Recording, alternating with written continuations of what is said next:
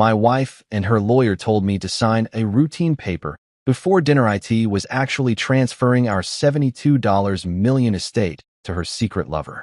What she didn't know was that I had already transferred it to someone she never saw coming. They say trust is the foundation of marriage. I say it's the first thing to vanish when your wife slides a routine document across the table right before dinner. Picture it. Candlelight, soft jazz, a plate of my favorite pasta, fettuccine Alfredo, the kind that could make a grown man confess to crimes just for a second helping, and my wife, Harper, smiling like a woman who'd already rehearsed her acceptance speech for Best Actress in a financial betrayal.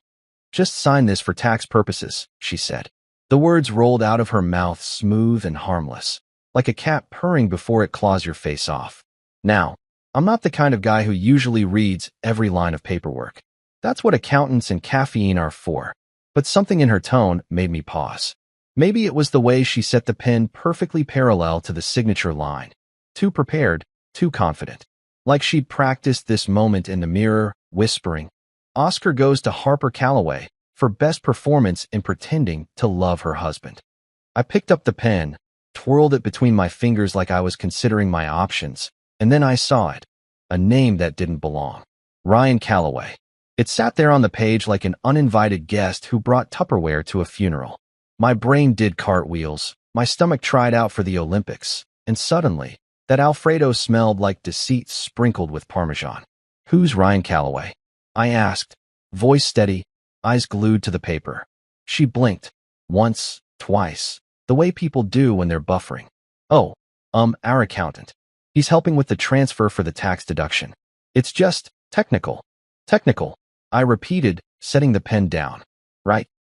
Because nothing says romance like a legal document that sends $72 million to a man I've never met." She smiled wider, but her eyes flickered. Harper was beautiful, that soft kind of beauty that made strangers trust her instantly. But me? I'd seen the rehearsed version of that smile. The one she used when she told her mother she forgot to call. The one she flashed when a waiter mixed up our order, and she decided it was fine. Yeah, that smile was a performance, and I was done being the audience. The air changed. Candlelight suddenly felt like interrogation lighting. "Why are you hesitating?" she asked, laughing lightly, trying to sound casual. "You know I'd never ask you to sign anything risky." That's when I almost laughed out loud. Because a few months earlier, I'd noticed strange transfers in one of our holding companies. Tiny amounts, at first, then larger ones. Harper said it was charitable giving. I said, "Interesting, since the charity's address matches a liquor store in Nevada." She'd brushed it off, called it a clerical error, and kissed my cheek. But I wasn't born yesterday. Maybe the day before, but not yesterday. See, I built my wealth from the ground up. Real estate, logistics, a few strategic mergers. I've been called a lot of things: stubborn, methodical, paranoid. I prefer the term prepared. So 2 months before this little candlelight ambush, I'd quietly shifted everything, properties, patents, accounts, into my own labyrinth of legal protection. If you wanted to steal from me, you'd need GPS, divine intervention, and a map written by God himself. So, I smiled back at her and played dumb. "Sure, honey. Just want to make sure I understand what I'm signing. You said this is for tax purposes?" "Exactly," she said, leaning forward, twirling her fork like this was just another Tuesday. "Our accountant said we'd save a fortune." "Ryan Calloway, the accountant?" Her fork froze mid-spin. "Yes." "Funny," I said, taking a sip of my wine. "Because when I Googled him last week after seeing his name on that Nevada transfer, I found no CPA credentials. But he does have an Instagram page. With you. At the Amalfi Coast." The fork dropped. Clinked. Echoed like a gunshot in our perfect dining room. She tried to recover. Bless her soul, she really did. "That's not what it looks like. It looks like you're eating gelato with your accountant while he's wearing my sunglasses." She went quiet. You could have heard a mosquito cough. The silence stretched, thick enough to butter toast with. I could see the gears turning in her head, crisis control mode. She stood, crossed her arms, and said, "You're overreacting. You're always so suspicious, Henry. This is why we can't communicate." "Communication requires truth," I said, keeping my voice calm. "And a working definition of accountant that doesn't include guy you make out with in Italy." She huffed. Try to turn it back on me like she always did. If you'd paid attention to me instead of your work. Harper, I interrupted. You literally just tried to have me sign away $72 million. I think my attention's in the right place. Now, I wasn't angry. Not yet. Anger gives people too much satisfaction. I was entertained. Watching her squirm was like watching a bad magician realize the rabbit's dead. She reached for the paper, but I got there first. Folded it neatly. Slid it into my pocket like a secret I wasn't done playing with. We're not done, she said, voice sharp now. You're making a mistake. Maybe, I said, standing. But at least I'll make it on my own terms. I walked toward my office. She followed, her heels clacking like an impatient metronome. Where are you going? Going to review this tax document with someone who actually passed math. You don't need to do that, she snapped. Victor already approved it. Ah, Victor, our family lawyer. A man whose loyalty was always conveniently for sale, depending on who brought better whiskey. That name told me everything I needed to know. If Harper got Victor involved, this was bigger than I thought. I'll double-check anyway, I said, opening my office door. She stood there, angry and cornered, but too proud to admit defeat. You're paranoid, she spat. You've always been paranoid. Maybe, I said, turning back just enough to meet her eyes. But paranoia is the reason I'm rich, and you're sweating. I closed the door before she could fire back. The sound of it shutting felt final. Inside, I sat at my desk and stared at the document again. Every clause, every signature line, every carefully hidden trap disguised as routine. It was genius, I'll give her that. If I'd signed it, Harper and her accountant, Ryan, would have walked away with everything. The houses, the stocks, the company, even the beach property in the Bahamas where I proposed to her. Irony at its finest. I picked up my phone, called someone I trusted, my assistant Lucy. Smart woman, loyal, always 2 steps ahead. Lucy, I said, pull the backup on all estate assets. Also call Miles. Miles Rodriguez? She asked. Yeah, our old forensic accountant. The one who doesn't cheat. Lucy whistled. That bad, huh? Let's just say my wife's auditioning for a role in Ocean's 11, Divorce Edition. When I hung up, I leaned back in my chair, took a deep breath, and laughed quietly. Not a bitter laugh. A calculated one. The kind that says, okay, you want to play games? Let's play. Harper thought she'd cornered me. She thought I'd blindly sign like the trusting husband she pretended to love. But here's what she didn't know. Every account she thought she controlled was already empty. Every property title already reassigned. The empire she tried to steal had quietly slipped out of her hands months ago. I opened my laptop, logged into a private server, and smiled at the sight of June's name. My little sister, officially listed as the beneficiary of a trust she didn't even know she owned yet. Harper used to mock her for being an artist, called her the broke Monet. Turns out, that broke Monet just became the silent guardian of a $72 million fortress. Back in the kitchen, I heard the faint clink of glass. Harper cleaning up, pretending everything was fine. Classic. She'd probably call Victor in a panic the second I went to bed. They'd whisper, plot, maybe even blame me for sabotaging our marriage. That's fine. Let them talk. I stood, walked back to the dining room doorway, and leaned on the frame. Dinner was great, by the way, I said. She turned, surprised. You're still eating? Nah, just digesting. She frowned. Digesting what? The moment you realized you just handed me proof of everything I needed. Her face drained. What are you talking about? You'll figure it out, I said, giving her a wink. You're smart when you're panicking. Then I left her there, standing in the warm glow of candlelight, staring at an empty chair and a half-eaten plate of pasta, wondering when exactly the script flipped. Spoiler alert, it flipped the second she slid that paper across the table. Because in that moment, the only signature that night wasn't mine. It was the death certificate of her plan. If betrayal were an Olympic sport, my wife Harper would have taken gold, cried fake tears during the national anthem, and thanked her loving husband for never suspecting a thing. She had the performance down to an art form, warm in public, cold as tax season in private. You know that look a cat gives you after knocking something off a shelf? That was her default setting. Lately she'd been working late, and I'd been pretending to believe her. We were both committed to our roles, though I was clearly underpaid for mine. Now, I'm not some naive sap who thinks his marriage can't hit rough patches. We've been married 6 years. Enough time for the honeymoon phase to die, resurrect itself through sheer caffeine, and then die again in a fire fueled by misplaced sarcasm. But Harper's late nights had a rhythm that smelled like trouble. Wednesday, Thursday, Saturday. Always dressed better, makeup sharper, hair perfectly curled, and the perfume? Not the one I bought. The new one was called Midnight Promise, which, honestly, sounded more like a bad adult film than a fragrance. One Friday, I walked past our laundry room and froze. On top of the dryer sat a shirt, not mine, smelling like what could only be described as cheaper man with poor taste. It was one of those artificial masculine scents that scream, "I'm trying too hard." The cologne equivalent of a man who uses motivational quotes as personality. I held it up between two fingers like it was toxic waste. That's when she walked in. "Hey," she said, way too casual. "What are you doing?" "Trying to identify the species of this foreign fabric," I said. "You have any leads?" She blinked. "Oh, that's Victor's. He dropped it off." "Victor, our lawyer?" "Yeah. He said it was raining during one of his visits." "Raining inside our house." Her jaw clenched. She knew she'd stepped on her own lie, but Harper was the LeBron James of improv. "I meant when he was bringing over documents. I washed it for him as a favor." "Ah," I said, nodding. "Because when I think lawyer, I think laundry service." She scowled and walked off. I tossed the shirt back on the dryer and whispered, "Nice try, Ryan." Because something told me the mystery man wasn't Victor and sure as hell wasn't a rain victim. That night, I sat in my office pretending to work. Harper was on the phone in the other room, whispering like she was plotting to overthrow a government.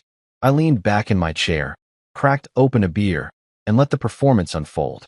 "I can't talk right now," she hissed. "He's home." Pause. Soft laugh. "Yeah, I know, I'll handle it." She said it like I was a minor inconvenience, like the man paying the bills and the mortgage was just background noise in her dramatic monologue. I nearly clapped. Handle it. What was I, a parking ticket? See, the thing about Harper is she loved underestimating people. She once told her friends, right in front of me, that I was a kind man who doesn't understand business. She said it like I was a golden retriever who occasionally wore a tie, which is funny because I'm the guy who built the business that paid for her diamond earrings. And yes, I remembered that little detail every time I saw them sparkle like gilt under the kitchen light. But fine. She wanted to treat me like a fool? Cool. I'd be the fool with a plan. The next morning, I played along. I cooked breakfast, pancakes, bacon, fresh orange juice. Harper loved it when I did that. She called it my sweet husband routine, unaware that I was mostly buttering her up for reconnaissance. "You're up early," she said, walking in with that practiced smile. "Couldn't sleep," I said, flipping a pancake. "Dreamed I was signing away my fortune to a man named Ryan." Her hand froze midair. "That's specific." "Yeah, weird, right?" I said, turning the pancake like I hadn't just thrown a grenade. "Dreams are funny that way." She laughed nervously, brushing it off, and poured herself coffee. "You need to stop overthinking things." "Trust me," I said.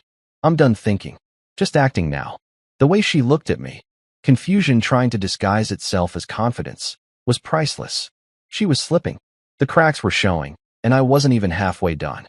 Later that day, I called Miles Rodriguez, the forensic accountant I'd used years back when one of my business partners tried to pull a fast one. Miles was like Sherlock Holmes, but for bank statements. I told him I needed a quiet look into every account Harper had touched in the past year. No emails, no records, just a phone call when he had answers. He laughed. "You finally taking my advice and checking your own wife's transactions." "Better late than broke," I said. For the next few days, I played the part of the oblivious husband. Harper, sensing nothing, kept her work trips going. She'd leave in tailored dresses, heels clicking like war drums, with a kiss that barely touched my cheek. Each time, I'd smile and wave like an idiot, then track her car from the GPS app she'd forgotten I had access to. Old habits die hard, and so do bad liars. She wasn't going to the firm downtown. Nope. She was driving to a sleek apartment complex 20 minutes away. Ryan's place, no doubt. I didn't even need proof. My gut already handed me the verdict. But still, I waited. Patience is revenge's favorite spice. One afternoon, she called me from that apartment, pretending she was at work. "Hey, baby, she said in that sweet tone she reserved for manipulation. I'll be home late. Big client meeting tonight. Sounds serious, I said, sipping coffee. Make sure your accountant friend helps balance the books. Silence. Just breathing. What? She finally asked. Nothing. You just sound busy. I am, she snapped. Of course. Don't let me interrupt your math session. She hung up. I laughed so hard I nearly dropped my mug. I could picture her face, that mix of panic and denial, trying to figure out if I'd found something. That night, she came home late again, reeking of perfume and cheap lies. I was sitting in the living room, pretending to watch ESPN, but I was really watching her reflection in the TV. She saw me and paused. You're still up? She asked. Yeah, just studying game footage. Of what? Deception. She blinked. What? Basketball, I said, smirking. Fake passes. Gotta stay sharp. She rolled her eyes and walked off. She was so sure of her power that she didn't even realize she'd been dethroned hours ago. By Sunday, Miles called back. You're not gonna like this, he said. Buddy, if it's about my hairline, you're late. He laughed dryly. No, man. This is worse. There's been a pattern of withdrawals, accounts under your company's name, redirected to something called M. Ellis Holdings. Sounds fancy, right? Never heard of it. That's because it doesn't exist. It's a shell company. And guess who's linked to it? Harper. He hesitated. Not directly. The registered contact is a woman named Mara Ellis. Mara Ellis? I repeated. Sounds like a bad soap opera character. Yeah, except Mara doesn't exist. I cross-referenced the SSN. Fake. The address leads to a storage unit registered to, wait for it, Ryan Calloway. I laughed. Loud, like a man who'd finally found the punchline to his own misery. You're telling me my wife and her side piece built a fake company to steal from me? Wow. Love and larceny. A true American romance. Miles sighed. You want me to freeze the accounts? Not yet, I said, leaning back in my chair. Let them cook a little longer. I want to see how far they'll go. For the next week, I became an actor in my own movie. Smiles at breakfast. Hugs before work. Little notes left on the counter. Love you with a heart. It killed her. I could see the guilt start to crawl up her throat, fighting her fake composure. I'd walk into a room, and she'd flinch, like maybe I'd caught her red-handed. And maybe I had. One evening, she decided to test the waters. We should go away this weekend, she said, sipping wine. Just us. Oh, what? To reconnect. Reconnect. I said. You sure you're not just looking for better Wi-Fi to message Ryan? She froze. The glass in her hand trembled slightly. What did you say? I said, great idea. We'll reconnect. I smiled wide. Maybe over dinner. I'll make something special. The way she relaxed told me she had no idea that I was already preparing my own recipe, not for food, but for checkmate. That night, as she fell asleep beside me, pretending to dream innocent dreams, I whispered, you really should have picked a man who reads the fine print. Because I wasn't just planning a confrontation. I was planning a finale. She thought she'd built the perfect stage, but she forgot who built the house. The next morning started like any other disaster waiting to happen. Burnt toast, bad coffee, and my wife pretending not to be the co-founder of How to Steal a Marriage in 10 Easy Steps. I was halfway through scrolling the news when I heard tires crunch on the driveway. Through the window, a sleek black Mercedes purred to a stop, and out stepped Victor Haynes, our family lawyer, confidant, and, apparently, part-time actor in Harper's personal crime drama. He used to swagger into my house like a man whose retainer fee paid for his sense of humor. Today he moved like he was headed to his own execution. I opened the door before he could knock. Morning, Victor, I said, smiling like a man who still trusted him. You bring donuts or bad news? He gave that weak lawyer laugh, the one that sounds like it's checking for legal loopholes mid-giggle. Just some routine paperwork, Henry. Harper mentioned we needed your signature for compliance. Compliance, I repeated, leaning on the doorframe. That word's getting a lot of airtime lately. You sure you don't mean complicity? He chuckled again, but his eyes darted everywhere except mine. That's when I knew. This man had been drafted to team. That woke him up. You serious? Serious enough to pay you triple your rate and name a bourbon after you when this is over. He snorted. All right, what's the target? My wife and our lawyer, Victor, track everything they've touched in the last 12 months. Business accounts, personal accounts, shell companies, secret wallets, coffee loyalty cards, If it has a balance, I want to know where it went. Miles whistled.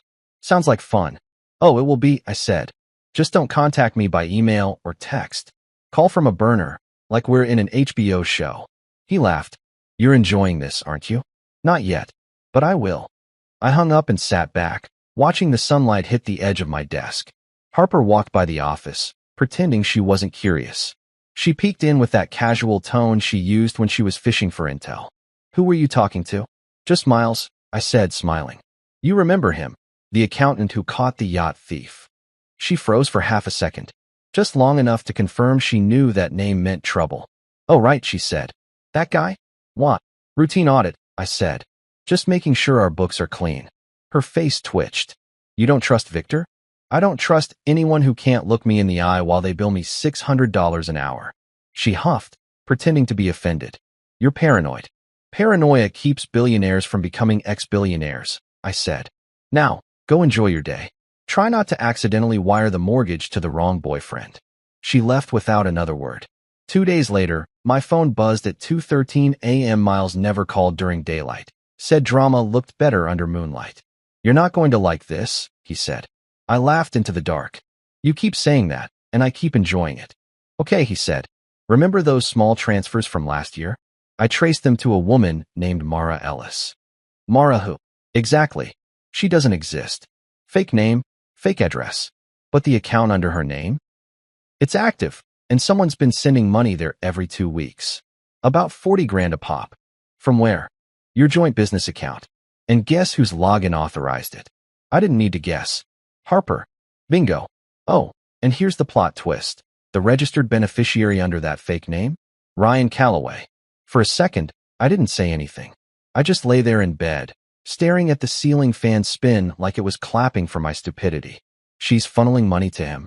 Not just funneling, he said. They built a shell network, 3 fake entities, 2 holding accounts, and 1 offshore route through the Caymans. It's amateur hour, but it's working. Unbelievable, I muttered. She's laundering my money through a fake woman. That's commitment. I can't even get her to commit to dinner plans. Miles laughed. You want me to shut it down? Not yet, I said. Let's make it interesting. The next morning, I played the calm husband routine again. Pancakes, coffee, news headlines, all normal. Harper came downstairs looking radiant and deeply annoying, humming like a woman who thought she was 1 wire transfer away from paradise. You're in a good mood, she said. Of course, I said. I love mornings when I'm not getting robbed. She tilted her head. Still on that. Still married, aren't I? She rolled her eyes and poured coffee. You really should let Victor explain the document. Oh, I did, I said. But he started sweating so much. I thought he was auditioning for a sauna commercial. That made her pause mid-sip. What did you say to him? Just asked who Ryan Calloway was. He nearly fainted. You might want to send flowers. The color drained from her face before she caught herself. You're being dramatic. Probably, I said. But if I were you, I'd start rehearsing for Act 3. She slammed her cup down. You can't keep accusing me of things. Sure I can, I said, standing. It's America. She stormed off, muttering something about therapy. I smiled, because I knew exactly where this was headed. Denial, panic, blame, collapse. The 4 stages of marital fraud. Later that day, Miles called again. So, you were right about Victor. He's been moving small sums through his trust account too. I pulled the digital signatures. He's personally approved every transfer Harper made. Well, I said, it's nice to see teamwork still exists in this country. Miles snorted. You want me to report him to the bar? Not yet, I said. Let's keep our enemies employed until they dig their own graves. Classic Henry, he said. Strategic sadism. Trademark pending, I replied. That night, I had dinner alone. Harper was working late again, which was probably code for meeting Ryan to plot their next money laundering episode. I poured myself wine, sat in the quiet, and thought about the irony. The woman who used to call me boring was out there starring in a true crime documentary, and she didn't even know the cameras were rolling. Around 10, she walked in, pretending to be exhausted. Long day, she said, kicking off her heels. Yeah, I said.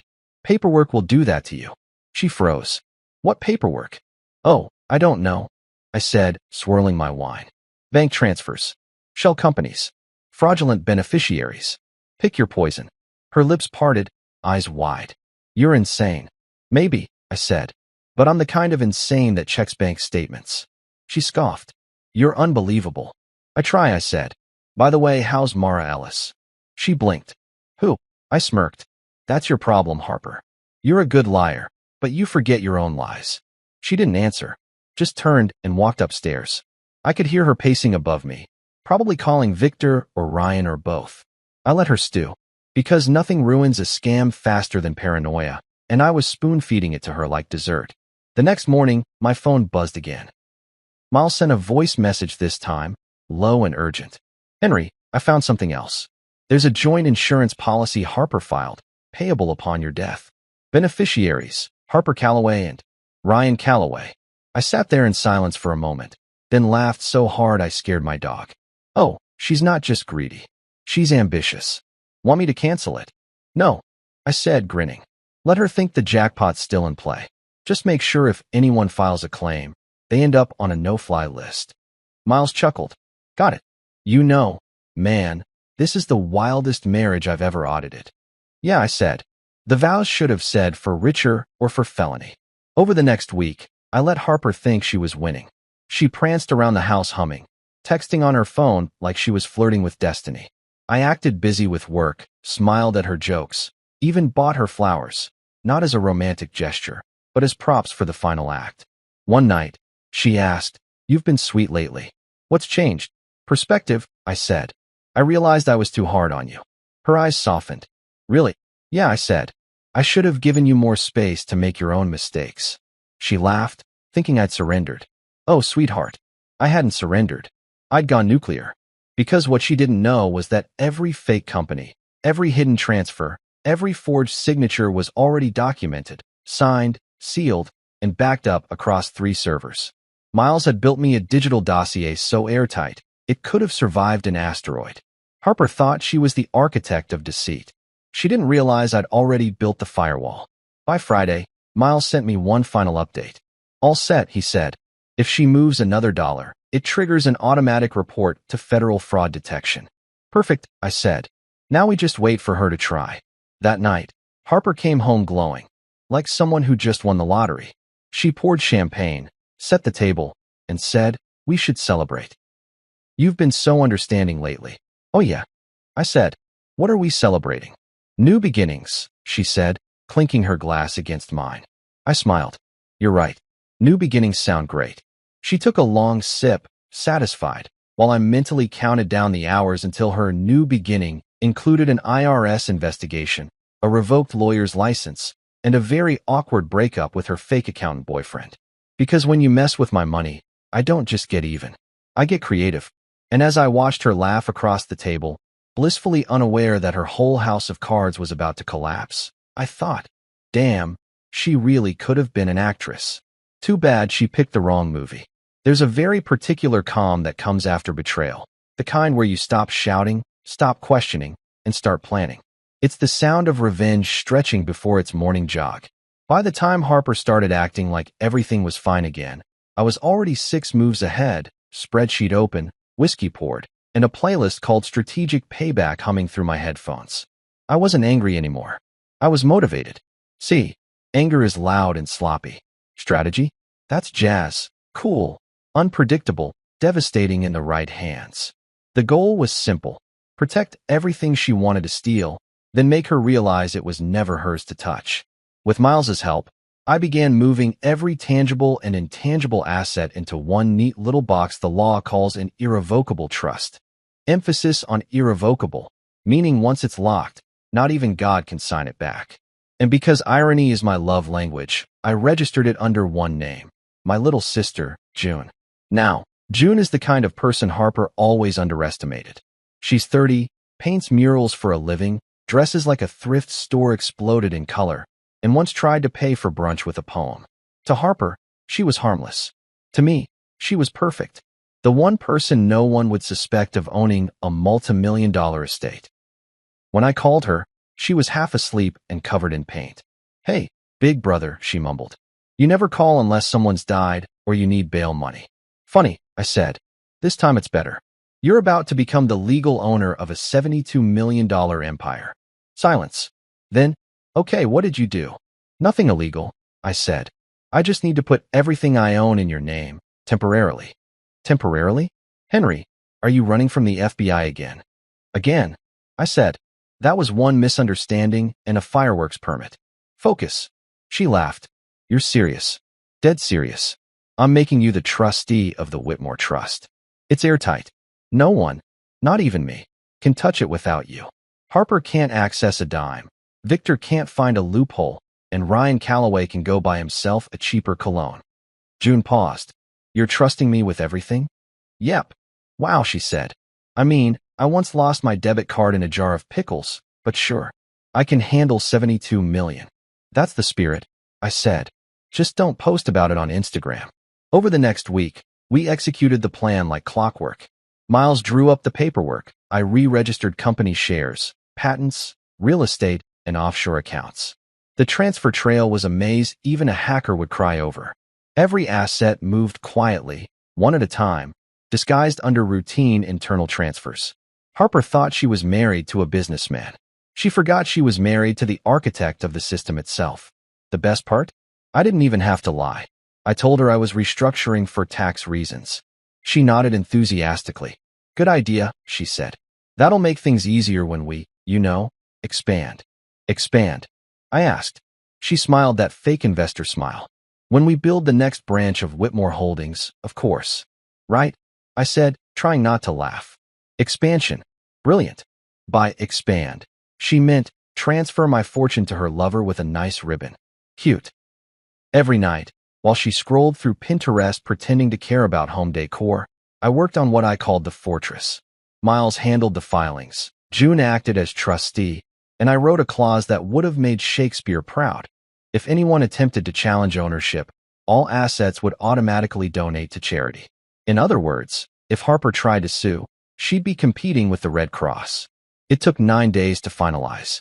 9 glorious days of watching my wife hum around the house, blissfully unaware that her jackpot had already been relocated. The morning the trust became legally active, Miles called me with that "we did it" voice. Congratulations, you just disappeared $72 million.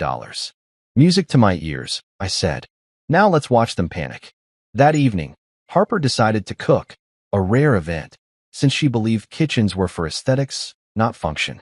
She wore an apron that said "Kiss the Cook" like she hadn't just tried to financially assassinate me last week. You're in a good mood, she said. Just business going well, I replied, chopping vegetables like I wasn't also metaphorically dicing her entire scheme. She slid next to me, kissed my cheek. I love when you're focused on work. Me too, I said. It keeps my mind sharp. You never know who might be plotting against you. She laughed nervously. You and your jokes. Yeah, I said. Jokes. After dinner, she opened a bottle of wine, poured herself a generous glass, and casually mentioned, Victor said the estate restructuring papers need your signature soon. Did he? I said, sipping water. Strange, he hasn't called me. Oh, he's just waiting for your confirmation. It's all routine. That word again. Routine. I swear if one more person said it, I'd have it trademarked for sarcasm. Sure, I said. We'll handle it. She smiled, thinking she'd reel me back in. Meanwhile, my lawyer, my real lawyer, Sharon Wells, was sitting in her office finalizing a counter notice declaring all of Harper's future claims null and void. Sharon's a pit bull in a power suit, the kind of woman who bills by the minute and makes judges stutter. I told her everything. Let me guess, she'd said. Your wife thinks she's smarter than you. Precisely. Then let her keep thinking that, Sharon replied. Dumb confidence is the best camouflage. I loved her instantly. By day 10, the Whitmore Trust was officially sealed and registered. Legally, I didn't own a penny anymore. June did, which meant Harper couldn't touch anything even if she somehow stole my signature, fingerprints, and soul. It was bulletproof. That night, Harper sauntered into my study, holding another folder. Victor wants this signed tonight, she said sweetly. I took it, flipped through the pages. Same structure, same fake accounting language, same trap. She leaned against the desk, pretending not to care. It's just compliance, babe. I can drop it off in the morning. You really care about our finances, I said. She grinned. Someone has to. True, I said.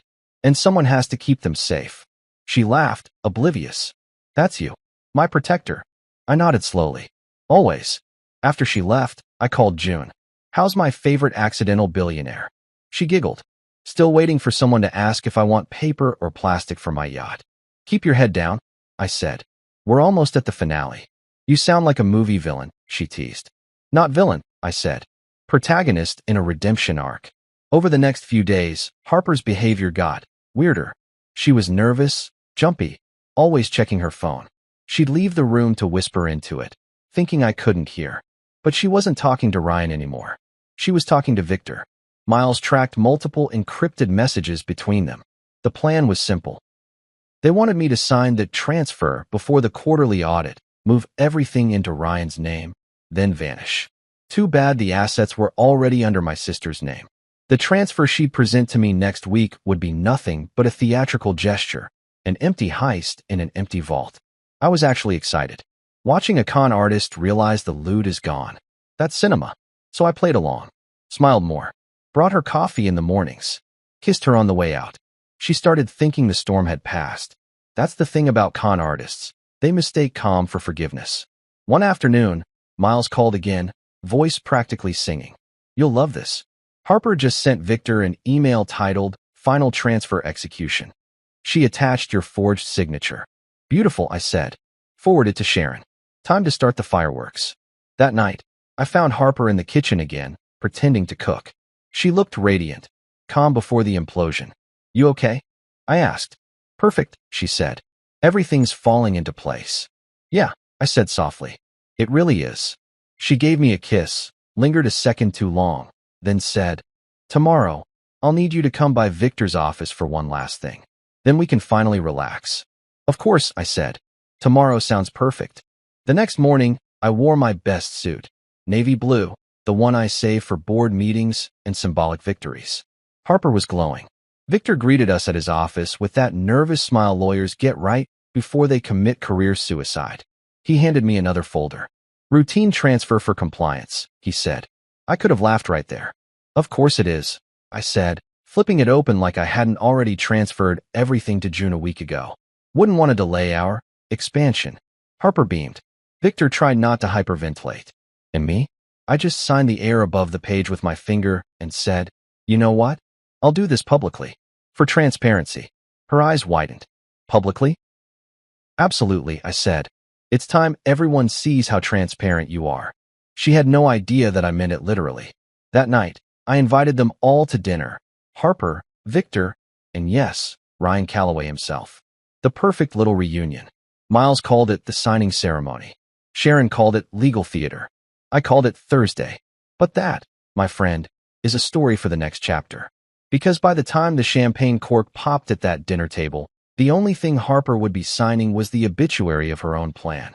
There are moments in life when you know you're walking straight into a setup, but you still go, because the part of you that's petty, vindictive, and just a little theatrical wants front row seats to the disaster. That was me the night Harper invited me to what she called a romantic dinner to reconnect. Translation, another performance of how to scam your husband without getting caught. She set the table like it was Valentine's Day in hell. Candles, imported wine, soft jazz playing, the whole domestic charade.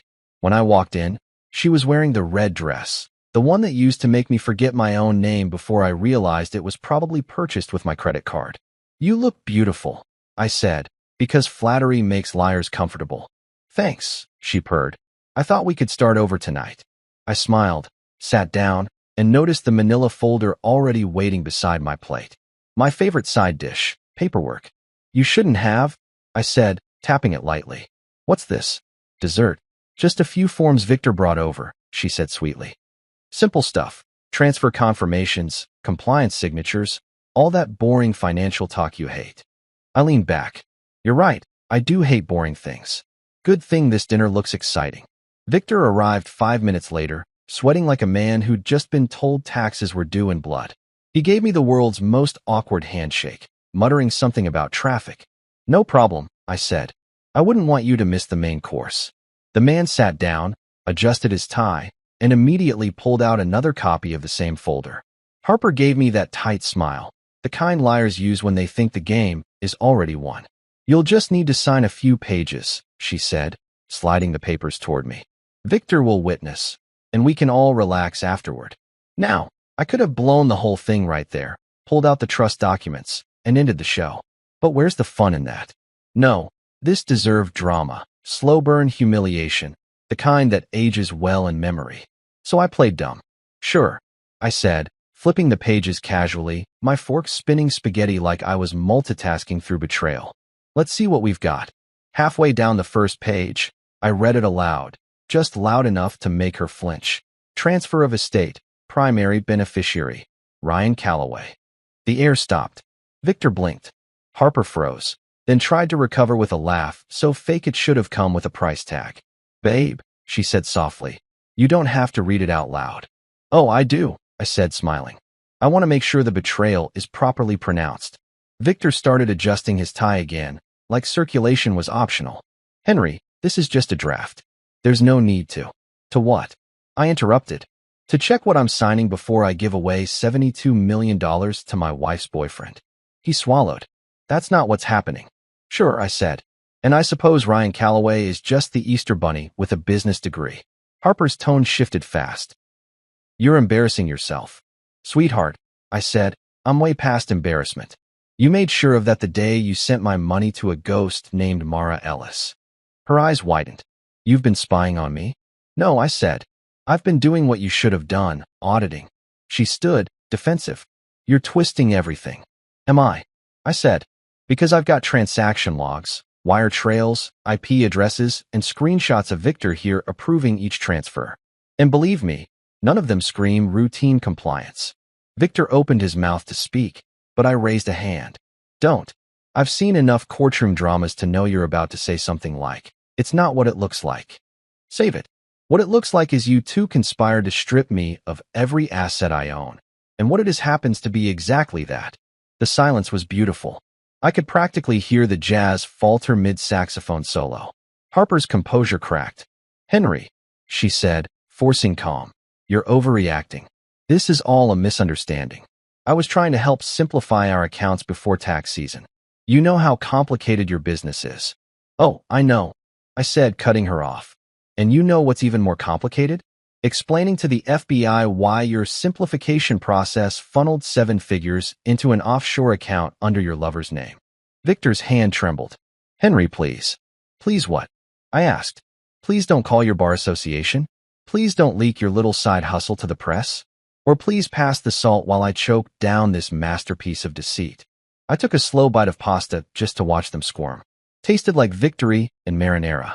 Harper slammed her hand on the table. You think you're so righteous. You've been distant for years, Henry. I was lonely. Lonely. I laughed. You weren't lonely, Harper. You were greedy. You wanted more than money. You wanted control. You wanted the company, the estate, the lifestyle, and a man stupid enough to give it to you. Unfortunately, you picked me. Her voice cracked. You're not the victim here. Sure, I said. Let's ask Victor what he thinks. The man looked like he wanted to crawl inside his briefcase and zip it shut. This isn't personal, he whispered. Oh, it's personal, I said, leaning forward. You walked into my home, took my whiskey, ate my food, and helped my wife plan my financial funeral. That's about as personal as it gets. He stammered. We can fix this. Can you fix the part where you're both getting audited next week? His eyes widened. What? I smiled. Yeah, see. I may have had Miles set up an automatic compliance report for every transaction tied to your names. Turns out, federal auditors love red flags. You're about to become their favorite case study. Harper's voice went sharp. You can't do that. I already did. She backed up, breathing hard, realizing this wasn't a fight she could win with charm. What do you want from me? Nothing, I said. That's the beauty of it. I already have everything. She frowned, confused. You think you can keep all this? You can't. You'll have to divide assets. I'll take half. I laughed. Oh, Harper, you'd have to own something to take half of it. She froze. What do you mean? I stood, walked to the cabinet, and pulled out a leather folder. The trust documents. I mean that everything you were trying to steal, houses, shares, patents, accounts, has been moved into a private trust. Victor looked like he'd seen a ghost. That's impossible. Legally? No. Morally? Definitely. Harper grabbed the papers, flipping through them like a woman searching for oxygen. You put everything in someone else's name? Yep. My sister June. Remember her? The one you said would never understand money?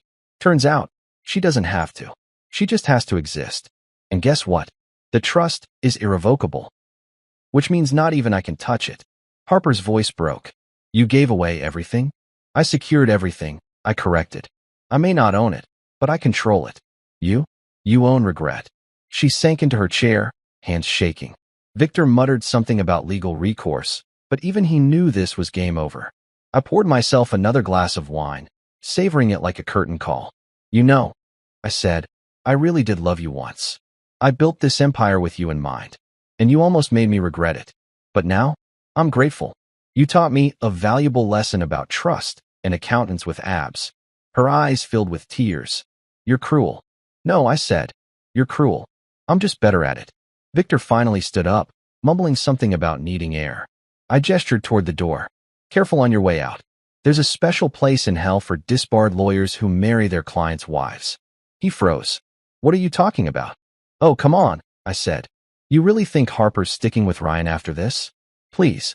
She collects men like handbags. You're probably next in line once Ryan realizes she's broke. Harper glared at me, tears cutting through her foundation. You'll regret this. Doubtful, I said. But thanks for the offer. I raised my glass. To routine dinners and ruined plans. And then, as if fate wanted to make it cinematic, the jazz track switched to It Had to Be You. Perfect. I drained my glass while Harper stormed upstairs, heels clicking like a drum roll for defeat. Victor followed her out, muttering apologies that sounded more like prayers. When the door finally shut, I sat alone in the quiet glow of candlelight. The plates were cold, the wine half empty, the air thick with the ghost of everything she'd just lost. And I laughed, slow, deep, uncontrollable laughter that filled the entire house. Because in the end, there was no yelling, no violence, no grand explosion. Just silence. And me, surrounded by everything they tried to steal, still standing. They say revenge is best served cold. Personally, I think it's best served with pasta and a side of poetic justice. You ever watch people walk into their own downfall wearing smiles? It's poetic. Like watching a reality show where everyone thinks they're the main character, except the audience already knows the twist.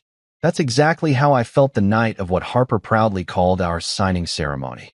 The phrase alone sounded like a cult event, but I nodded, said I'd love to make things official, and secretly hired a photographer to immortalize every second of the train wreck.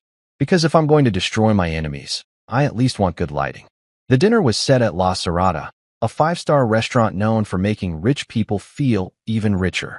Harper booked the private wine cellar room, the kind lined with overpriced Merlot bottles and candles that smell like tax deductions. She wanted an audience, she said, just to keep things transparent. I agreed instantly. Transparency was about to take on a whole new meaning. When I arrived, she was already there, shimmering in diamonds that could probably fund a small country. She looked nervous, but tried to hide it behind that Hollywood-ready smile. Victor sat beside her, face pale, tie askew, and sweating like a man who just Googled prison sentencing guidelines. Across from them sat Ryan Calloway, the infamous accountant-turned-amateur con man, smiling with all the grace of a man who believes deodorant is optional. He stood to shake my hand like we were equals. Henry, finally. It's an honor to meet you. Oh, I bet it is, I said, shaking his hand with a grip just tight enough to make him question his life choices. You've certainly worked hard to earn it. Harper jumped in. Henry, let's not start the night like this. Tonight's about closure and cooperation. Closure, I repeated, sitting down. Can't wait. The waiter arrived, blissfully unaware he was serving a table full of future defendants.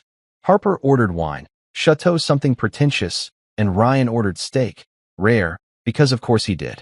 Victor asked for water.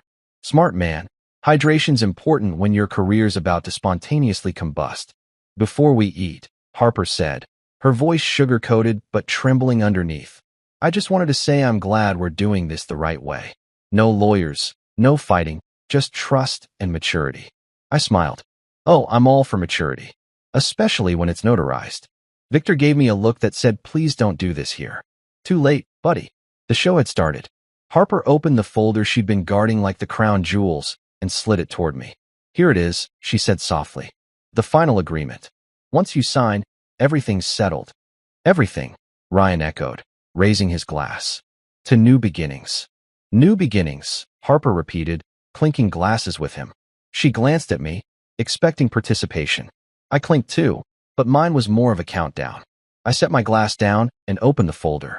Inside was the same fraudulent masterpiece. Transfer of estate, beneficiary Ryan Calloway, notarized by none other than our pal Victor. What they didn't know was that I'd already had a forensic expert watermark the pages. Every signature, every date, every notary stamp would lead straight back to them. I leaned back. So, before I sign, small correction. Harper's smile faltered. Correction? Yeah, I said casually. Tiny thing, probably not worth mentioning. This estate? It no longer belongs to me. Silence. Pure, golden silence. Victor blinked twice. Harper laughed nervously. What do you mean it doesn't belong to you? I said, sipping wine. Legally, I have no assets. Everything you see, the company, the real estate, the stocks, has been transferred into a private trust, managed by someone I trust far more than either of you. Victor's mouth opened, but no sound came out. Ryan frowned. You can't just move that kind of money overnight. Oh, I didn't, I said. It's been moved for weeks. You just didn't notice because you were too busy playing Ocean's 11, the marriage edition. Harper's voice cracked. That's impossible. The filings, the signatures. All valid, I said. Just not yours. See, the trust is under my sister June's name. You remember June, right? The artsy one with no financial sense. Turns out she's now the most financially powerful bohemian in the city. Victor finally found words. Henry, this is highly irregular. Oh, I know, I said. Irregular's my thing. Harper's jaw tightened. You can't do that. It's marital property. Correction again, I said, smiling wider. It was marital property. Now it's trust property, which, legally, is separate. Irrevocable, too. You can challenge it, but the moment you do, every cent goes to charity. I call that the greed deterrent clause. Ryan's face went red. You think you're clever, huh? Not really, I said. Just literate. You should try it sometime. Victor exhaled like a man witnessing his retirement dissolve. You don't understand what you've done. This could be. Oh, I understand perfectly, I cut in. I've ensured that when Harper here inevitably tries to take what's mine, she'll be left with nothing but this dinner bill and a boyfriend who can't legally balance his own checkbook. The waiter arrived right on cue, setting plates down like he was serving the gods. I gave him a smile. Thanks, my man. You might want to stick around. You're about to see a free masterclass in self-destruction. He blinked, nodded, and wisely retreated. Harper's hands trembled as she flipped through the folder again, realizing it meant nothing now. The blood drained from her face. You set me up. No, I said, cutting my steak. You set yourself up. I just provided better lighting. Ryan leaned forward, trying to sound tough. You can't talk to her like that. Relax, discount cologne, I said. You're next. He slammed his hand on the table. I'll sue you. I raised an eyebrow. For what? Emotional distress from losing stolen property? Please. I've met toddlers with stronger cases. Victor rubbed his temples. Everyone needs to calm down. There's no need for threats. I agree, I said. That's why I already filed everything quietly. See, when I found out about your little side hustle, I had Miles Rodriguez trace every transfer. He also sent copies to the authorities, just in case someone tried to delete the evidence. Victor's complexion went the color of skim milk. Harper looked like she might throw up her diamonds. Ryan muttered something that sounded like unbelievable. Unbelievable. I echoed. Buddy, you literally created a fake woman named Mara Ellis to hide money. Unbelievable is thinking you'd get away with it. The silence stretched so long I could have ordered dessert. Finally, Harper whispered, You planned this. From the start. I smiled. No, you planned it. I just decided to direct it. Victor stood up abruptly. I need some air. Take all you want, I said, while you can still afford oxygen. He stumbled out, leaving Harper and Ryan staring at me like deer realizing headlights aren't a compliment. Harper's voice broke. Henry, please. We can fix this. We can. Fix this. I repeated, laughing softly. You think this is a flat tire? You tried to bury me, Harper. You wanted the empire without the man. Now you have neither. She reached for my hand. Desperation finally replacing arrogance. We used to be good together. Yeah, I said. Before you turned marriage into a business merger and hired a clown as your CFO. Ryan stood up, muttering curses. I ignored him, taking one last sip of wine before sliding a sleek envelope across the table. Here, I said. Harper hesitated. What's this? Freedom, I said. Divorce papers. Pre-signed by me, effective immediately. You keep your personal belongings, I keep my peace. Fair trade. She opened the envelope, scanned it, and started shaking her head. You can't just walk away like this. Watch me, I said. Walking away's the one thing I do flawlessly. Ryan grabbed her arm. Come on, let's go. She looked at him, really looked at him, and I could see the flicker of realization. The man she'd ruined her marriage for couldn't even cover dinner if I left first. Her voice cracked again. You'll regret this, Henry. Maybe, I said. But you'll remember it every time someone asks why your diamond necklace has a resale tag. They stormed out, leaving me alone with 2 empty glasses and the faint echo of jazz. I called the waiter over, handed him my card, and said, keep the tip big enough to cover the therapy you'll need after witnessing that circus. He laughed awkwardly. Rough night, sir. Best night of my life, I said. When I stepped outside, the city lights looked brighter. Maybe it was the champagne, maybe it was freedom. My phone buzzed miles. How'd it go? Picture perfect, I said.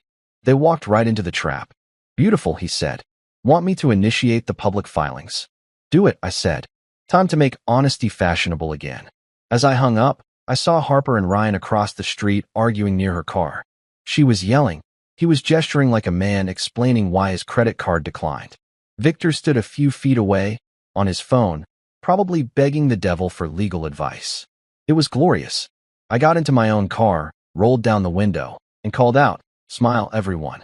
This'll make a great season finale. Then I drove off into the city night, engine humming like applause. They say revenge doesn't solve anything.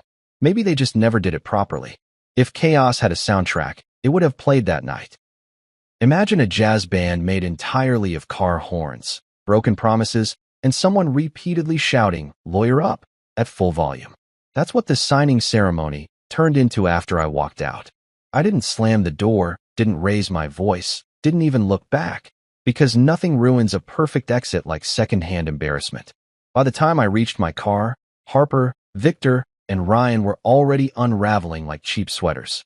From the rearview mirror, I saw them standing in the restaurant's parking lot under a flickering streetlight, 3 silhouettes in a live-action cautionary tale.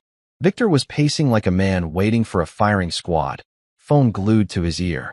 Ryan was shouting, because that's what insecure men do when their net worth is emotional debt. And Harper?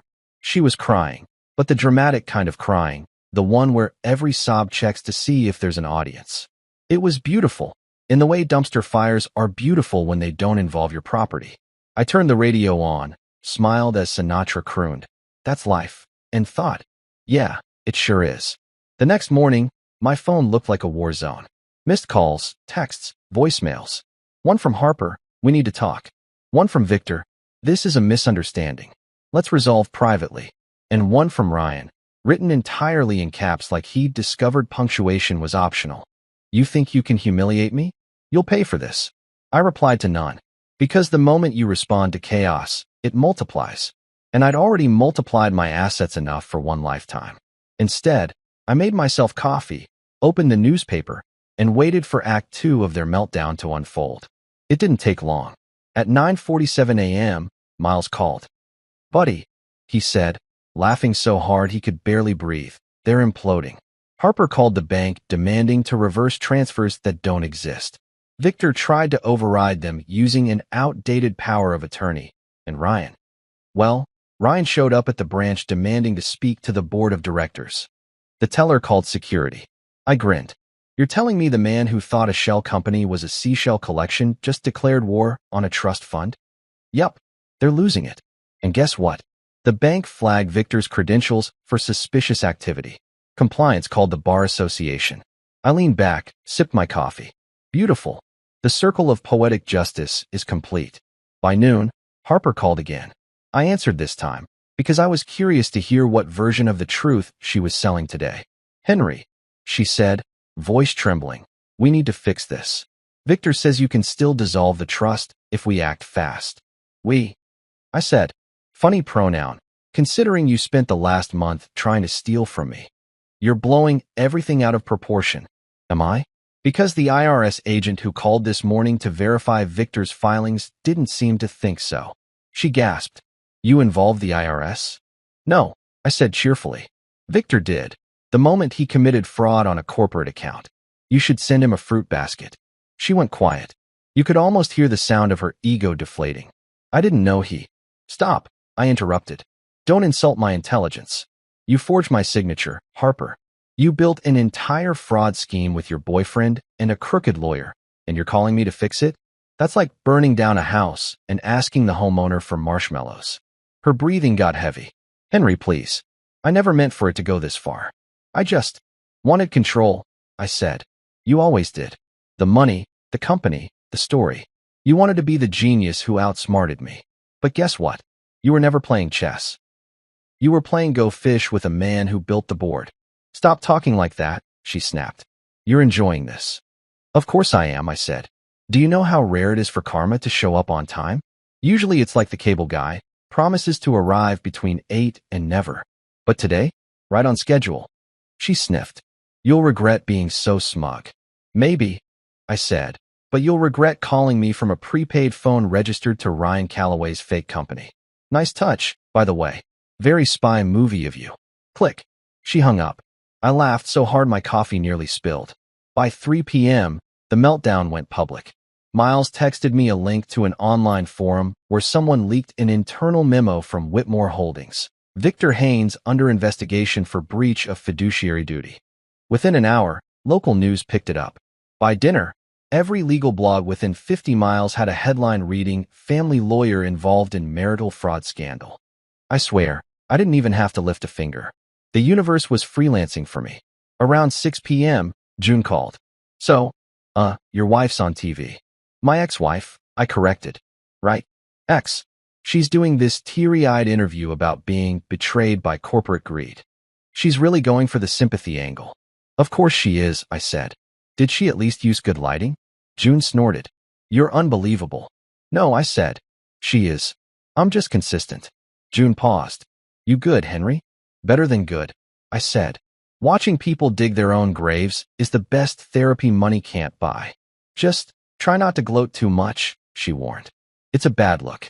I laughed. Trust me, June, I'm not gloating. I'm documenting history.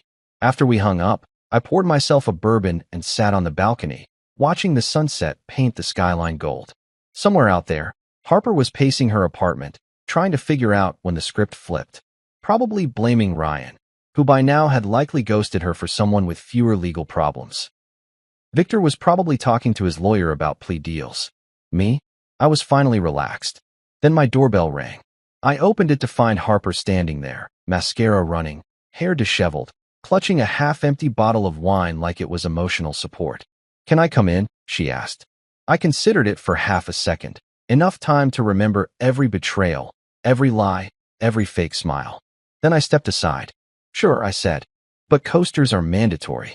She walked in slowly, eyes darting around the apartment like she was visiting a museum dedicated to her own mistakes. It looks the same, she said softly. Yeah, I said, except for the absence of fraud. Henry, please don't do this, she said, sitting on the couch. I made mistakes, but I didn't want to hurt you. That's the problem, I said, pouring her a glass of water instead of wine. You didn't want to hurt me. You just didn't care if you did. She took the glass, stared at it. I lost everything. Not everything, I said. You still have Ryan. She flinched. He's gone. He transferred all the money to his own account and disappeared. Victor's blaming me. The authorities froze my cards. I can't even pay my phone bill. I sat down across from her. Wow. Tragic. And yet, familiar. It's almost like I warned you that greed attracts greed. She wiped her eyes. I know you hate me, but... I cut her off. I don't hate you, Harper. I don't waste hate on people who taught me lessons. You're basically my most expensive seminar. Her voice broke. Can't you help me? Just a little. Help you? I laughed. Harper, last week you tried to erase me from my own legacy. You wanted my house, my company, my life. Now you're sitting in that house, drinking my water, asking for help like it's a favor. The irony's so thick it should be bottled and sold. She stared at me, quiet now, the fight gone. For the first time in years, she looked small. Not glamorous, not powerful, just human. I don't know who I am without all of it, she whispered. Then maybe it's time you find out, I said. She looked up, tears shining. You really won't forgive me? I already did, I said. Forgiveness is cheaper than therapy. But forgetting? That's premium. She nodded slowly, set the glass down, and stood. Goodbye, Henry. Goodbye, Harper. She walked to the door, paused, turned. You win. I smiled faintly. No, I survived. That's better. When she left, the silence felt heavier than before, but not sad. More like the quiet after a storm when you realize your house is still standing. I picked up my phone, texted June. All clear. Hurricane Harper downgraded to a drizzle. She sent back a laughing emoji and a picture of herself holding paint-stained hands like trophies. A few hours later, Miles called again, his voice practically singing. Victory lap time, my man. Victor's law license? Suspended pending investigation. Harper's accounts? Frozen. Ryan Calloway? Reported for identity fraud. It's raining karma. Beautiful, I said. Remind me to send Mother Nature a thank you card. Miles laughed. So what now? You rebuild. Rebuild. I said. Buddy, I never collapsed. When we hung up, I went to the mirror. The man staring back looked lighter. The circles under my eyes were still there, sure, but they belonged to someone who'd finally slept through the night. I raised my glass in a mock toast. To peace, I said, and to the people who thought I'd never find it. Outside, thunder rolled faintly in the distance. One last echo of the storm that had tried to break me. I smiled. Let it rain. My foundation was stronger than ever. And somewhere, in a dim apartment filled with regret and unpaid bills, I hoped Harper finally learned what it felt like to lose something priceless, herself. If you told me a few months ago that my life would turn into a financial soap opera where the villain monologues were written by Karma herself, I'd have laughed. But there I was, alive, rich, single, and surprisingly calm. The chaos was over. The credits had rolled. All that was left was the laugh track of irony echoing in the background. And man, it was a beautiful sound. It had been 3 weeks since Harper's grand meltdown tour. 3 glorious weeks of peace, bourbon, and uninterrupted Wi-Fi. My phone, once the hotline for disasters, now buzzed with congratulations. Word had spread. The business world loves gossip more than profit margins, and apparently, rich guy outsmarts cheating wife, corrupt lawyer, and her cologne-soaked side piece was the kind of headline people lived for. Every call started the same way.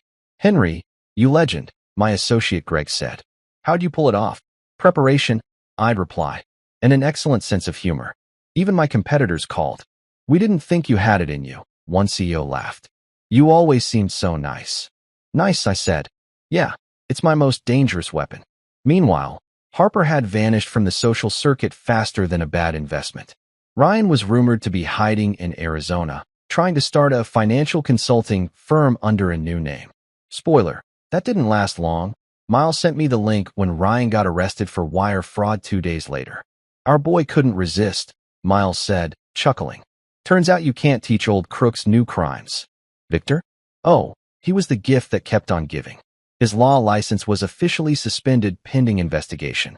The Bar Association statement read like poetry. Mr. Haynes' conduct displayed a gross violation of fiduciary trust and ethical duty. Translation: he's now the proud owner of a LinkedIn page that says, open to work. I printed the article, framed it, and hung it in the guest bathroom, right above the toilet. Perfect placement. As for me, I didn't rush to fill the void. People kept asking if I'd start dating again, but the idea of small talk over overpriced appetizers sounded exhausting. Instead, I threw myself back into work. Whitmore Holdings was booming, mostly because I was no longer distracted by domestic espionage. My board members, who had quietly panicked when rumors spread, were suddenly my biggest fans. You handled it like a professional, my CFO said. Please, I told him. It was personal. I just happened to be really good at both. Still, something felt different. Not emptier, just quieter. When you've lived through betrayal at a luxury level, silence feels like therapy. My mornings were mine again. No fake smiles across the breakfast table, no secret texts under napkins, No routine documents slid across candlelit dinners. Just me, my coffee, and the sound of victory steeping. One Thursday afternoon, June called. She'd been running the Whitmore Trust operations flawlessly, turning my act of self-preservation into a movement. "So," she said, "you're officially the poster boy for financial karma. The foundation's getting donations from all over. Divorce lawyers are quoting your story like scripture." "Perfect," I said. "I always wanted to be educational." She laughed. "We renamed it, by the way. It's now the Whitmore Foundation for Financial Freedom." Tagline: "Because some partners need supervision." "That's dark," I said. "That's justice," she countered. "Also, we're hosting a charity gala next month. You're the guest of honor." "Guest of honor?" I said. "June, I hate attention." "Liar," she said. "You love poetic closure." She wasn't wrong. So a month later, I found myself at the foundation's gala, suit pressed, hair combed, and soul lighter than it had been in years. The event was beautiful: glass chandeliers, jazz band playing something smooth, and donors drinking expensive champagne to feel generous. June looked radiant in her paint-stained personality wrapped inside a sleek dress. She gave a speech that made the room tear up, talking about empowerment, financial awareness, and protecting yourself from those who mistake kindness for weakness. Everyone applauded. Then she waved me on stage. Now, I hate speeches, but revenge stories deserve encores. So I stepped up, adjusted the mic, and said, "Thank you, everyone. I'm honored to stand here tonight as proof that stupidity and trust are not the same thing. If you learn anything from my experience, it's this: love hard, trust carefully, and always hire your own accountant." The room erupted in laughter. I added, "Also, if your spouse ever slides a document across the dinner table and calls it routine, pretend to choke." By time. More laughter. I bowed slightly and walked off stage to a standing ovation. I'm not saying I felt like a rock star, but if someone had thrown roses, I wouldn't have stopped them. After the speech, people swarmed me: investors, journalists, even a few women pretending to be financially inspired, but clearly scouting for a rebound billionaire. I smiled, played polite, and made my escape toward the bar. That's when I saw her. Harper. Standing at the edge of the room, red lipstick, hair perfectly curled, same confident posture, just duller. Like her sparkle had been repossessed. For a second, I thought she might walk away, but instead she approached, slow, deliberate, the way someone might approach a ghost they weren't sure was real. "Henry," she said softly. "Harper," I replied, turning to face her. "Welcome to my sister's event." I didn't realize guilt was tax deductible. She flinched, but kept her composure. "I came to donate," she said.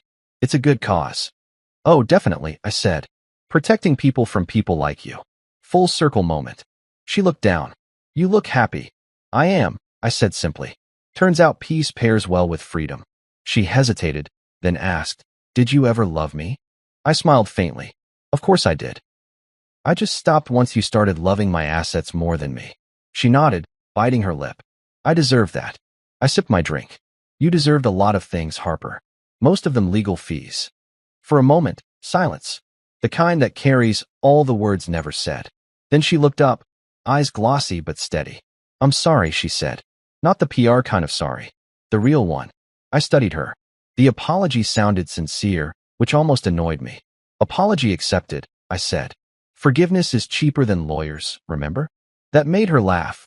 A small, sad laugh that made the room fade for just a second. Then she asked, "Do you ever think about what we had before all this?" "Sometimes," I admitted. "Usually when I need a reminder of what red flags look like in heels." She smirked faintly. "You're cruel." "Efficient," I corrected. She took a deep breath. "I'm rebuilding, you know. Smaller now. Simpler. No Ryan. No Victor. Just me." "Good," I said. "Start with honesty. It's underrated." She nodded. "You won, Henry." "No," I said. "I survived." "That's better." She smiled one last time, turned, and walked away. I watched her go, not with bitterness, but with something strange: closure, maybe. The kind of calm you get when you finally realize some stories aren't tragedies or comedies. They're lessons. Later that night, June dragged me back on stage to close the gala. "Say something profound," she whispered. I took the mic, scanned the crowd, and said, "To everyone who's ever been underestimated, thank them. They do half the work for you." And to anyone trying to take advantage of someone's trust, remember, karma has better lawyers. The room roared with laughter. Glasses clinked. The band started playing. June hugged me. When I finally got home, the house felt different. Quieter, but not empty. I poured myself one last drink and wandered to the study, where the framed article of Victor's downfall hung proudly above the fireplace. Beneath it sat the divorce decree, neatly folded beside my bourbon glass. I toasted both. To the aftermath, I said, and the laugh track that comes with it. Then I laughed, loud, free, genuine. Because I wasn't just the man who got even. I was the man who moved on. Months later, life felt like it had finally changed channels. No more scandal, no more lawyers, no more fake smiles across candlelit dinners. Just me, peace, and an absurd amount of silence. The kind you earn. The kind that doesn't demand attention, just presence. Harper was gone. The empire was secure, and my name had become the whispered legend of every boardroom, divorce seminar, and dinner party that ran out of small talk. The man who turned betrayal into a business model. I'll admit, it had a nice ring to it. The Whitmore Foundation thrived under June. She ran it like an unbothered queen, messy bun, coffee in hand, changing lives without checking stock prices. Watching her give interviews about financial autonomy was like watching karma get a publicist. "We're helping people protect their futures," she'd say, while I watched from home, sipping bourbon, thinking, "You're also giving my ex-wife nightmares. But sure, empowerment works too." Then came the gala, again. 1 year later, same chandeliers, new donors. The theme? Rebuilding trust. I laughed so hard when I read the invitation, I nearly framed it. I showed up because June insisted, and because deep down, I wanted to see how it felt to stand in the same room that used to haunt me and realize it no longer could. Closure wears a tuxedo sometimes. I was halfway through my drink when I saw her, Harper. The universe really has a sense of humor. She looked different. Not in a tragic way, just smaller, humbled, like a storm that had finally rained itself out. She walked up slowly, no makeup tricks, no diamond armor. Just her. "Henry," she said softly, almost like a question. "Harper," I said. "Back for the sequel?" She gave a sad smile. "No sequel. I just came to see what you did with everything." I looked around the room. Laughter, music, the soft hum of peace disguised as charity. "Nah," I said. "This is what I did with what was left, self-respect." She nodded, eyes glassy. "You always did have a way with words.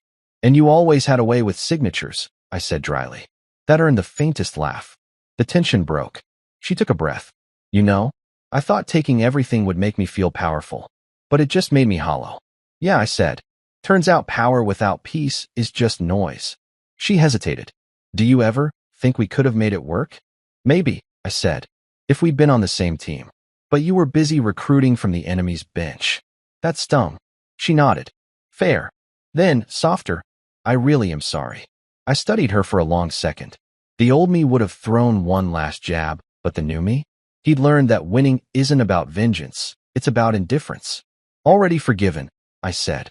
"Forgiveness is cheaper than lawyers." Her lip trembled. "So that's it." "That's it," I said. "You wanted control, I wanted peace. We both got what we asked for, just not how we pictured it." She blinked hard, fighting tears, then smiled faintly. "You're happier now." "I am," I said. "Mostly because you're not around to ruin my pasta." That actually made her laugh. A real laugh, small but honest. For a moment, I saw the woman I fell in love with before greed rewired her. Then she whispered, "Goodbye, Henry." "Goodbye, Harper," I said. She walked away, shoulders straight, no performance this time. Just acceptance. And for the first time, I didn't feel bitterness. I felt gratitude. Because some people teach you how to love. Others teach you where not to spend it. The night went on.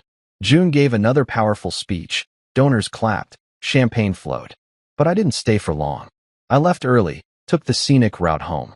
The city looked softer now, like it had forgiven me too. When I got back, I stood by the window of my study, the same place where this whole war had started. On the desk sat the framed newspaper clipping about Victor's disbarment, the photo of June at the foundation's opening, and one old picture of Harper and me back when things were simple. I didn't hate it. I didn't even move it. It reminded me of something valuable. That peace isn't free.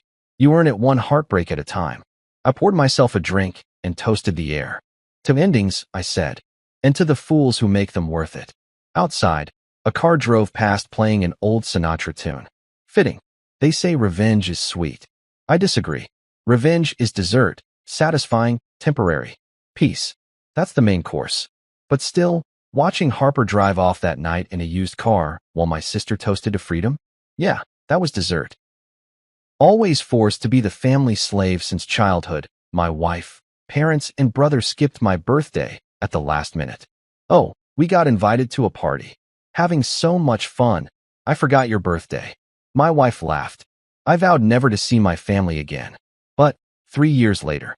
Look, I'm not saying I was born with a kick me sign taped to my back, but I'm also not saying the universe didn't have a weird sense of humor when it shipped me to the Reed family.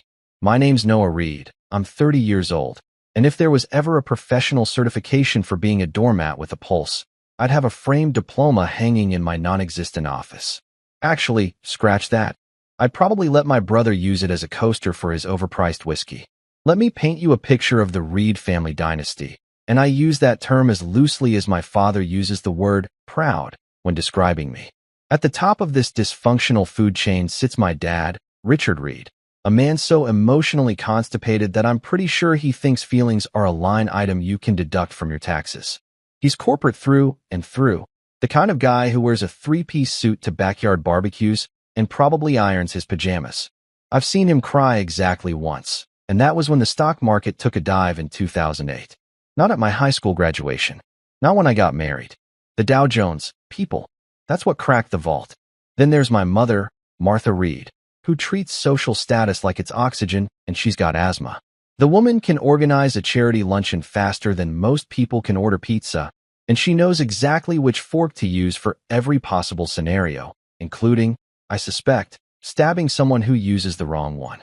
Her entire existence revolves around what the neighbors think, what her book club thinks, and whether her latest Instagram post of her rustic farmhouse kitchen, spoiler, we live in the suburbs, got enough likes. I'm pretty sure she measures her self-worth in engagement rates. And then there's Eli. Oh, Eli, my younger brother, the golden retriever of the family, and I mean that in the most literal sense. He's handsome in that annoying, effortless way that makes you want to punch a wall. He's never met a responsibility he couldn't dodge, and he has the attention span of a goldfish on Red Bull. If privilege was a person, it would be Eli, sitting on a yacht he didn't pay for, drinking champagne he can't pronounce, while someone else, spoiler alert, it's me, handles his tax returns because he thinks a W-2 is a droid from Star Wars. Growing up in the Reed household was like being cast in a sitcom where I was the laugh track, not the star.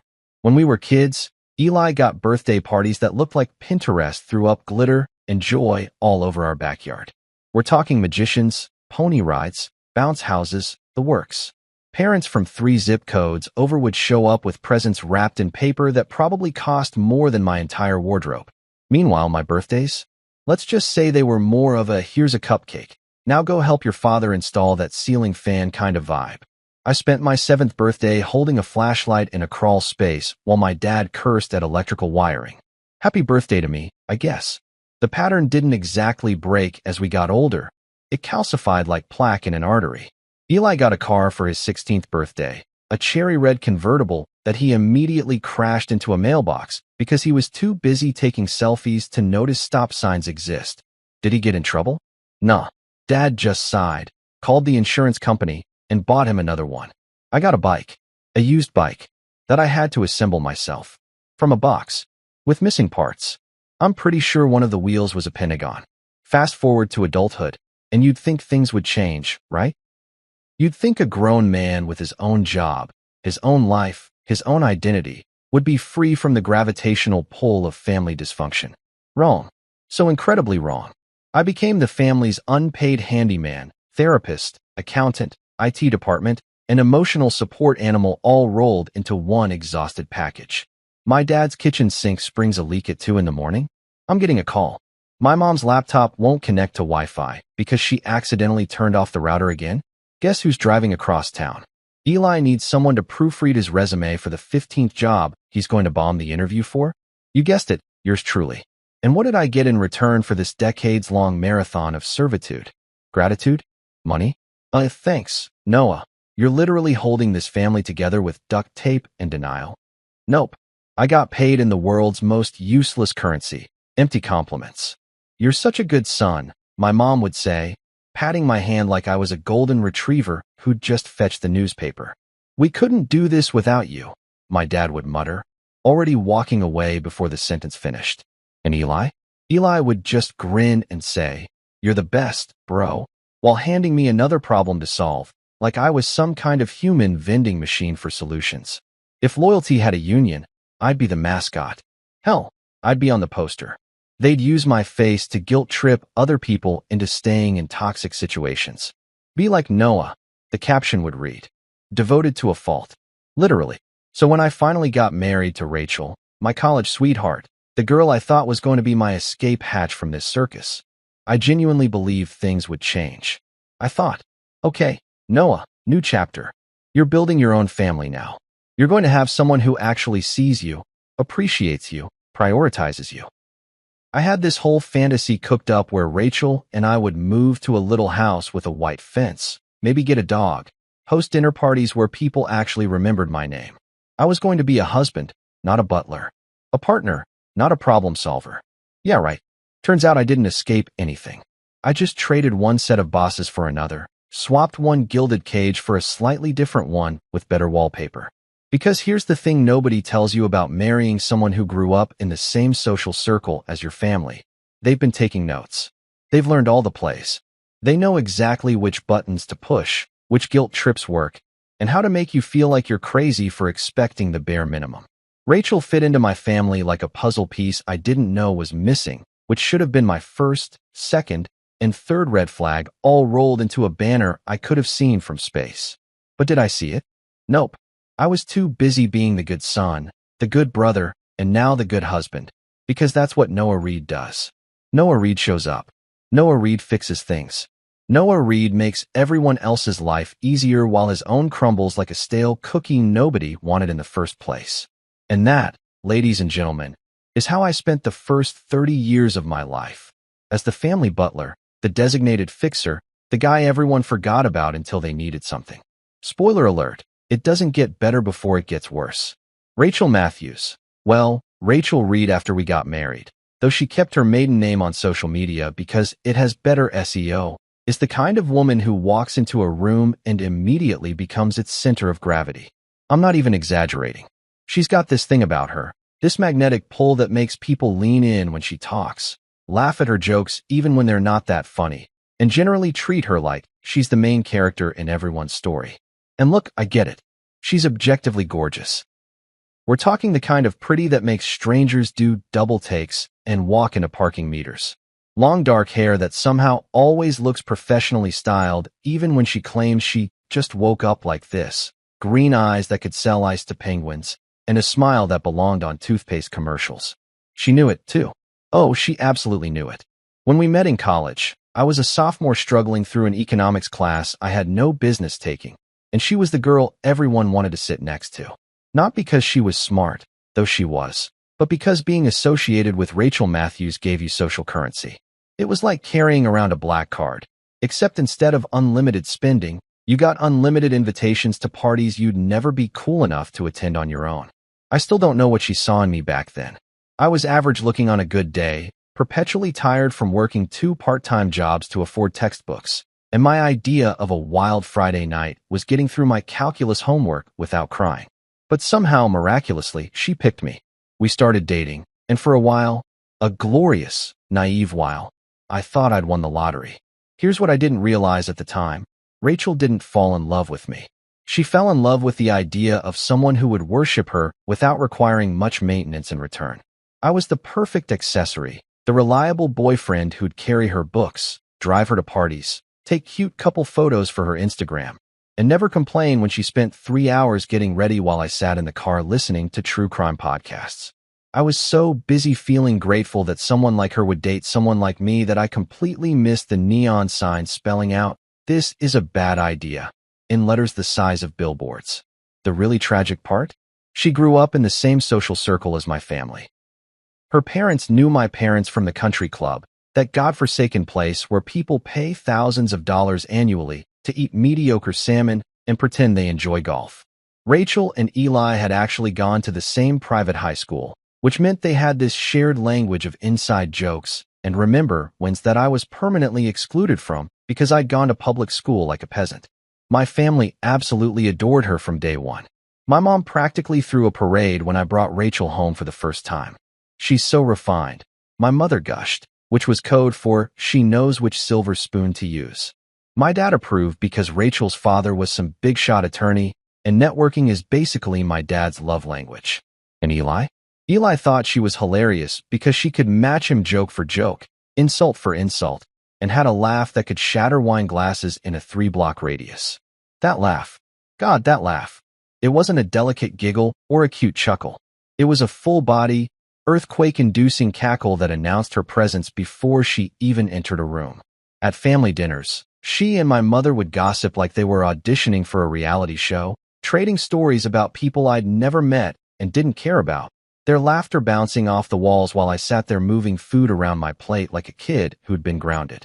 My dad would nod approvingly, probably thinking about how this alliance would strengthen the family's social standing or whatever Machiavellian nonsense he obsessed over.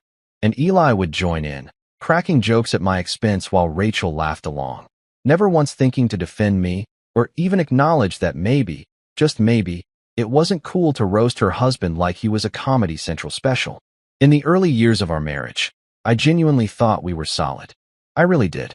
I'd come home from work. Back when I was still trying to climb the ladder at my dad's company, a soul-crushing endeavor that deserves its own therapy session, and I'd cook dinner. Not fancy stuff, but decent meals. Pasta with homemade sauce, grilled chicken with vegetables, occasionally attempting something ambitious like risotto that would inevitably turn into expensive rice porridge. I'd set the table, light candles, the whole 9 yards. And Rachel would come home, take a picture of the setup, post it on Instagram with some caption like, dinner goals, smiling face with hard eye sparkles, and rack up hundreds of likes from people who thought she'd cooked it herself. Did she mention me? Tag me? Acknowledge that I existed? Not once. I was the ghost chef, the invisible husband, the man behind the curtain who everyone forgot to thank when the show ended. My therapist, and by therapist, I mean the ungodly hours I spent Googling things like, why doesn't my wife appreciate me, at 2 in the morning, would probably call it invisible husband syndrome. I'd plan surprise date nights, book reservations at restaurants we couldn't really afford, buy her flowers for no reason other than it was Tuesday, and she'd post about all of it online like it was content she'd generated herself. Treated myself to a spa day. Her caption would read, conveniently omitting that I'd paid for it, and spent that same day cleaning out the gutters. Best date night. Another post proclaimed, showing her dressed to the nines while I was cropped out of the photo like a photobombing stranger. But I kept giving. That's what I did, what I'd always done, because giving was the only language I spoke fluently. I paid the bills, all of them. Rent, utilities, her car payment, her credit card debt that mysteriously grew every month like some kind of financial cancer. I mowed the lawn every Saturday, even though we lived in a rental and technically the landlord was supposed to handle it. I fixed light bulbs, unclogged drains, assembled furniture from boxes with instructions written in what I can only assume was ancient hieroglyphics. I endured family dinners where my brother would call me Mr. Errand Boy, while Rachel laughed, actually laughed, like it was the funniest thing she'd heard all week. He's not wrong, she'd say, nudging me with her elbow like we were in on the joke together, except I was the joke, and she was the comedian getting applause.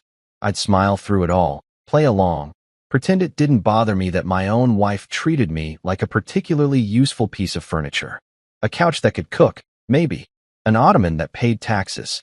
I told myself it would get better, that we were just going through a rough patch, that all marriages required sacrifice and compromise. What I didn't realize was that I was the only one sacrificing anything, and the compromise was me slowly erasing myself until there was nothing left but a ghost in a husband costume.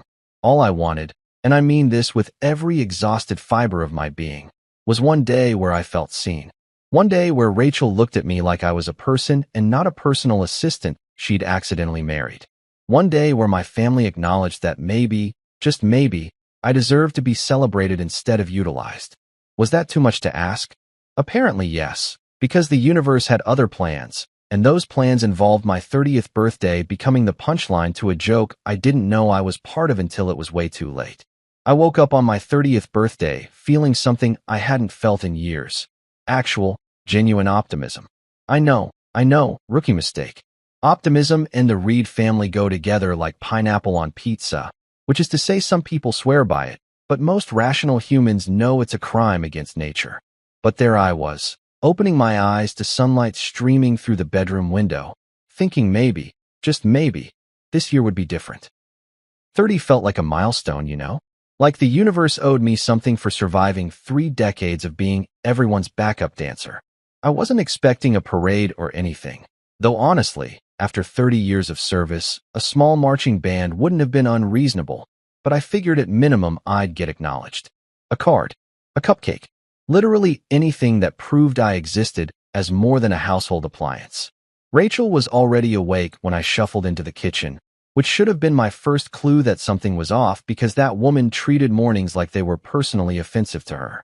She usually rolled out of bed around 10, complained about being tired despite sleeping 11 hours, and then spent 45 minutes deciding which athleisure outfit to wear while not exercising.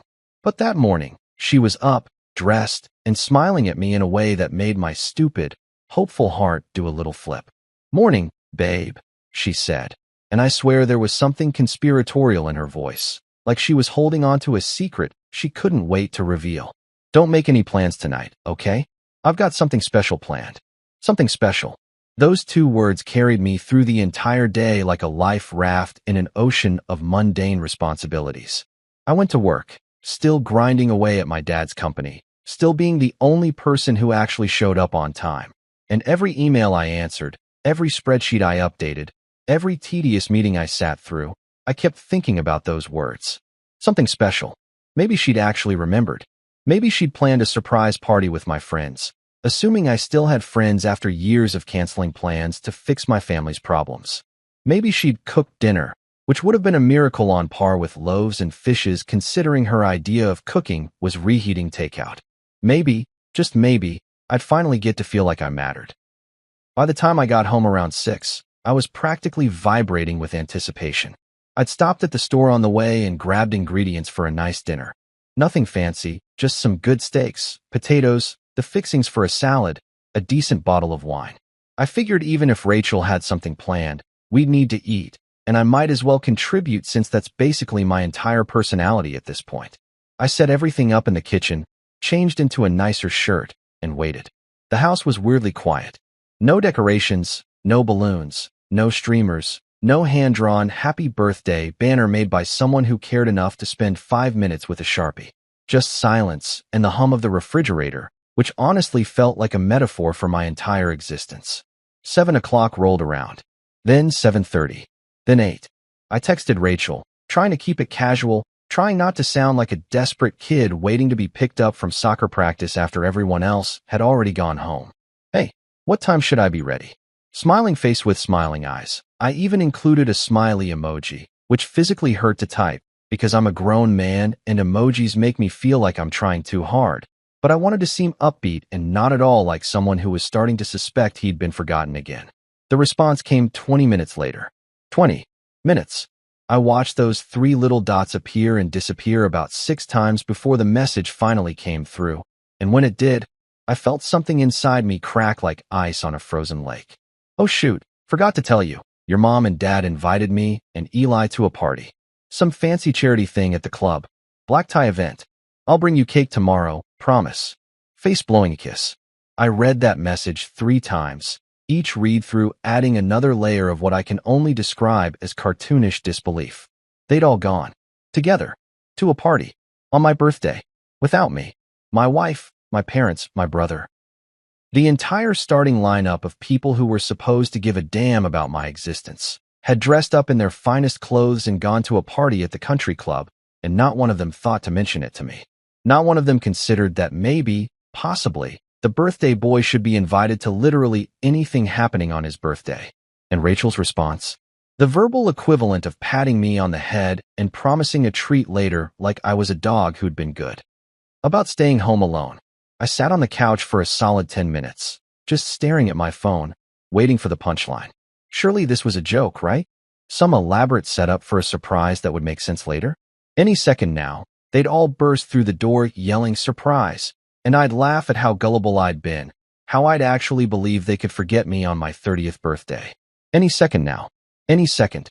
The seconds turned into minutes, and the minutes confirmed what I already knew deep down. This wasn't a joke. This was just my life, presented in its purest, most distilled form. Milo, my golden retriever, the only family member who'd never forgotten my birthday, because dogs don't know what birthdays are and love you unconditionally regardless, patted over and put his head on my knee. He looked up at me with those big brown eyes that somehow conveyed both sympathy and confusion, like he couldn't understand why I was sitting in the dark when there were perfectly good tennis balls that needed throwing. Bro, this is sad. His expression seemed to say, and honestly, he wasn't wrong. I scratched behind his ears and tried to convince myself this was fine, totally fine, just another day in the Reed family saga. Around 10 o'clock, my phone buzzed with an incoming photo. I shouldn't have looked. I absolutely should not have looked. But of course I did, because I'm apparently a masochist who enjoys emotional self-harm. It was a selfie from Rachel, taken at the country club, and she looked absolutely stunning in a red dress I'd never seen before, which meant she'd gone shopping and somehow forgot to mention it. She was grinning like she'd just won the lottery, holding a champagne flute that probably cost more than my entire birthday dinner, still sitting untouched in the kitchen. Standing next to her, also grinning, were my mom in her pearls and my dad in a tuxedo, looking more relaxed than I'd seen him in months. And there, in the background, slightly out of focus but definitely identifiable, was Eli chatting up some blonde who was way out of his league. The caption read, "Having so much fun at this charity gala. Totally forgot it was Noah's birthday, face with tears of joy, oops. Love you, babe." She put a laughing emoji. A laughing emoji. Like forgetting your husband's 30th birthday was a hilarious mix-up, a silly little hoopsie-daisy that we'd all laugh about later over brunch. And she'd posted it publicly, which meant approximately 300 people now knew that Rachel Reed had forgotten her husband existed on the one day a year where forgetting someone is literally the worst thing you can do. I laughed. I actually laughed out loud, sitting there in the dark with my dog in my disappointment, and it was the kind of laugh that sounds like something dying. You know that noise a vacuum cleaner makes right before it gives up completely? That rattling, wheezing sound that tells you it's about to become an expensive paperweight. That's what came out of my mouth. Milo tilted his head, concerned, probably wondering if he should call 911 or if I'd just completely lost my mind. Honestly, it could have gone either way. Here's the thing about breaking points that nobody tells you. They're not loud. They don't come with explosions or dramatic music or the sound of plates shattering against walls like you see in movies. There's no moment where you stand up, flip a table, and deliver some epic monologue about how you've been wronged while everyone watches in stunned silence. Real breaking points are quiet. They're the sound of a candle being blown out at midnight. They're the absence of noise where celebration should be. They're sitting in your kitchen at 10:30 on a Thursday night, staring at a dinner you cooked for 6 people who never showed up, and feeling something inside you just stop. I didn't cry. I think I was beyond crying at that point, like I'd exceeded my lifetime quota of tears and my body had just given up on producing them. I didn't yell or punch anything or do whatever it is people do when they're having an emotional breakdown. I just sat there at the dining table I'd set hours earlier, looking at the 6 place settings I'd arranged like some kind of optimistic idiot. 6 plates. 6 sets of silverware. 6 wine glasses.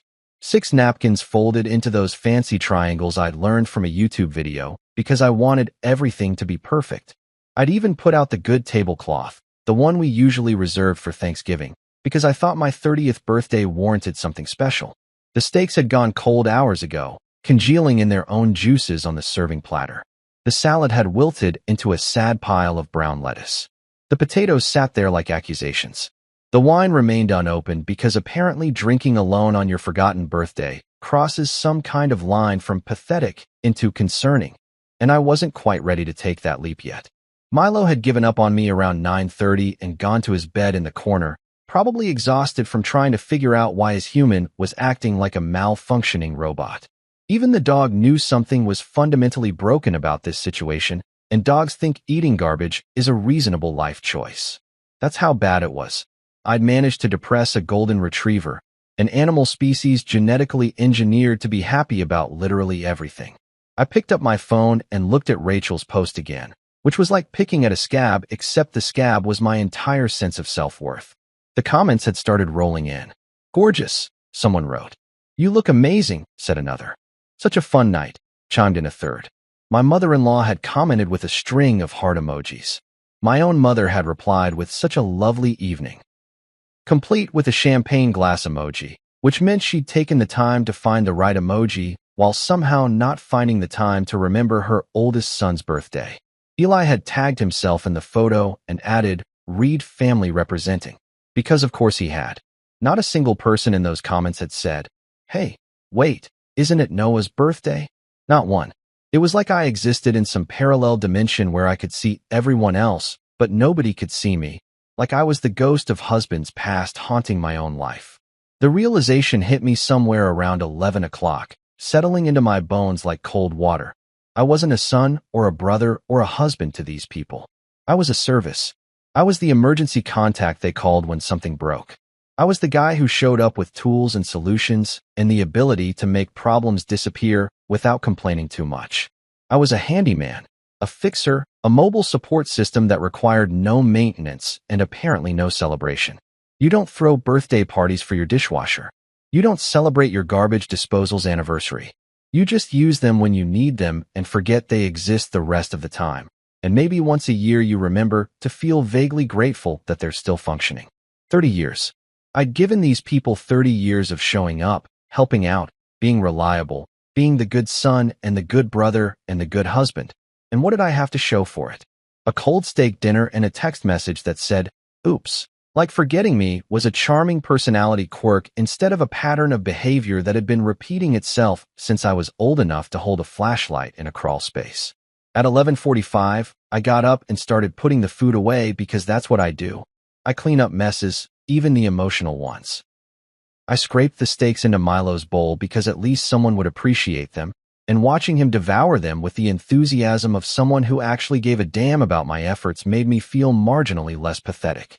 I washed the dishes, folded the tablecloth, put away the wine glasses, and transformed the scene of my disappointing birthday back into a regular kitchen where nothing sad had happened. Magic. By the time I was done, it was 11:58, which meant I had approximately 2 minutes left of being 29, 2 minutes left of being able to say, well, at least this year can't get worse. I opened the pantry and stared at its contents like I was hoping the meaning of life would be hiding behind the cereal boxes. We didn't have cake. We didn't have cupcakes. We didn't even have those sad little Hostess things you buy at gas stations when you're trying to be celebratory on a budget. What we did have was bread, and honestly, at that point bread was going to have to be enough because the universe clearly wasn't interested in giving me anything better. I took out 2 slices of white bread, the cheap stuff, the kind that tastes like air and regret, and found a single birthday candle in the junk drawer, left over from someone else's celebration. I put the bread on a plate, stuck the candle in the center like I was planting a flag on the saddest mountain ever climbed, and lit it with a lighter I kept around for the grill I never got to use because I was always too busy fixing other people's problems to cook for myself.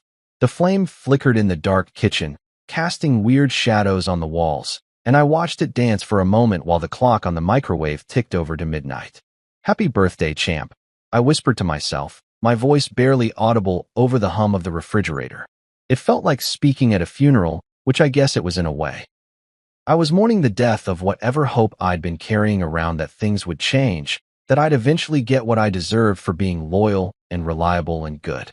I was burying the version of myself that still believed effort equaled reward, that showing up meant being seen, that loving people meant they'd love you back the same way. I blew out the candle, and in that moment, that exact, precise, crystalline moment, something fundamental shifted inside me. It wasn't dramatic. There was no revelation accompanied by choir music or sudden clarity that hit like lightning. It was quieter than that, more permanent. It was the sound of a door closing that I'd been trying to keep open for 3 decades. It was the feeling of a weight lifting that I didn't know I'd been carrying. It was the simple, clear, undeniable knowledge that I was done. Done being the family butler. Done being the emergency contact. Done being the punchline. Done being invisible. Done being grateful for scraps of attention from people who should have been grateful for me. Done waiting for them to change when the only person who needed to change was me, and the change I needed was to leave. No shouting. No throwing things. No dramatic exit speeches or burned bridges or final confrontations where I laid out exactly how much they'd hurt me and demanded apologies I'd never get. Just silence and certainty and a piece of bread with a candle in it sitting on a plate in a dark kitchen. That was my breaking point. That was my line in the sand. That was the moment Noah Reed, professional doormat, family handyman, invisible husband, decided to become someone else entirely. I ate the bread. It tasted like cardboard and freedom. Milo looked up from his bed, probably wondering if I'd finally lost it completely, and maybe I had. But for the first time in 30 years, losing it felt exactly like finding myself. Leaving a marriage, a family, and an entire life behind requires a certain amount of planning, especially when you're trying to do it without tipping anyone off that you're about to pull a Houdini. The 2 weeks following my bread candle birthday were possibly the most surreal 14 days of my existence. Like I was living in one of those heist movies where the crew has to act normal while secretly plotting the crime of the century. Except my crime was just wanting to exist somewhere that didn't treat me like a particularly useful appliance. Rachel came home around 2 in the morning on my actual birthday, stumbling through the door in her fancy red dress with makeup smeared under her eyes and smelling like a champagne factory had exploded. She found me on the couch, still awake because sleep felt impossible when your entire worldview had just been rearranged like furniture in a room you thought you knew. "Babe," she slurred, kicking off her heels and nearly taking out a lamp in the process. "You should have been there. It was amazing. Your mom says hi, by the way. Oh, and I got you cake." She held up a styrofoam container with what I assume was supposed to be cake, but looked more like it had been through a war. "The waiter gave it to me for free because I told him it was your birthday. Isn't that sweet?" "Super sweet," I said, and my voice must have sounded normal enough because she didn't notice anything wrong. That's when I realized I could have told her I was planning to fake my own death and move to Argentina, and she probably would have said, "That's nice, babe," and scrolled through her phone. She passed out 30 seconds later, still wearing the dress, snoring like a chainsaw cutting through the silence of my dying marriage. The next morning, I started planning. Step 1 was figuring out where the hell I was going, because running away is significantly less dramatic when you don't actually have anywhere to run to. I scrolled through my contacts. And Jesus, when did my contact list become so depressing? It was basically just family members, Rachel's friends who I'd never actually had a real conversation with, and a handful of people from college I hadn't spoken to in years because I'd been too busy being everyone's handyman to maintain actual friendships. But then I found it. Marcus Chun, my old roommate from sophomore year, back when I still had a personality and interests beyond fixing other people's problems. Marcus and I had been tight in college, the kind of friends who stayed up until 4 in the morning arguing about whether hot dogs were sandwiches and if cereal counted as soup. He'd gone on to start a tech repair shop out in Colorado, Denver, specifically, and we'd kept in vague touch through the occasional happy birthday text and ironic meme exchange. I hadn't seen him in person in probably 5 years, but when I called him at 7 in the morning Mountain Time because I'd forgotten about time zones, he answered like we'd just talked yesterday. "Noah Reed," he said, and I could hear the grin in his voice. "To what do I owe the pleasure of a call before my first cup of coffee? Did somebody die? Or did you finally realize your life is a tragedy?" "Option B," I said. "I need a job and a place to crash. Possibly immediately. Definitely within 2 weeks." There was a pause, and then Marcus said, "You look like a man fresh out of a hostage situation," which made no sense because we were on the phone and he couldn't see me, but somehow it was exactly the right thing to say. "Close enough," I replied, and just like that, I had an escape plan. Marcus needed someone to run operations at his shop. Apparently, he was great at fixing computers, but terrible at things like showing up on time and remembering to pay the electric bill. The job paid decent, came with a small apartment above the shop that was currently being used for storage, and most importantly, it was 1,700 miles away from everyone who'd spent 30 years forgetting I existed. It was perfect. It was terrifying. It was happening. The next 2 weeks were a masterclass in lying by omission. I went to work at my dad's company like normal, pushing papers and fixing the constant stream of problems that apparently only I knew how to solve. while secretly copying all my personal files onto a flash drive and deleting every trace of my actual work from the system. Let them figure out how to run their invoicing software without me. I went to family dinners and nodded along while my mom complained about the caterer at some fundraiser and Eli bragged about his latest failed business venture. I came home to Rachel and listened to her talk about her day, her friends, her problems, her everything, while she asked me exactly 0 questions about mine. It was remarkably easy to pretend everything was normal because everything was normal. I just finally realized that normal was killing me. I sold my car, a 10-year-old Honda that I'd maintained meticulously because that's what I did with everything in my life. Some college kid bought it off Craigslist for $3,000 cash, and I felt weirdly emotional watching him drive away in it, like I was saying goodbye to the last piece of the old Noah. I opened a new bank account at a different bank and slowly transferred money over in amounts small enough that Rachel wouldn't notice, which wasn't hard because she never looked at our finances anyway.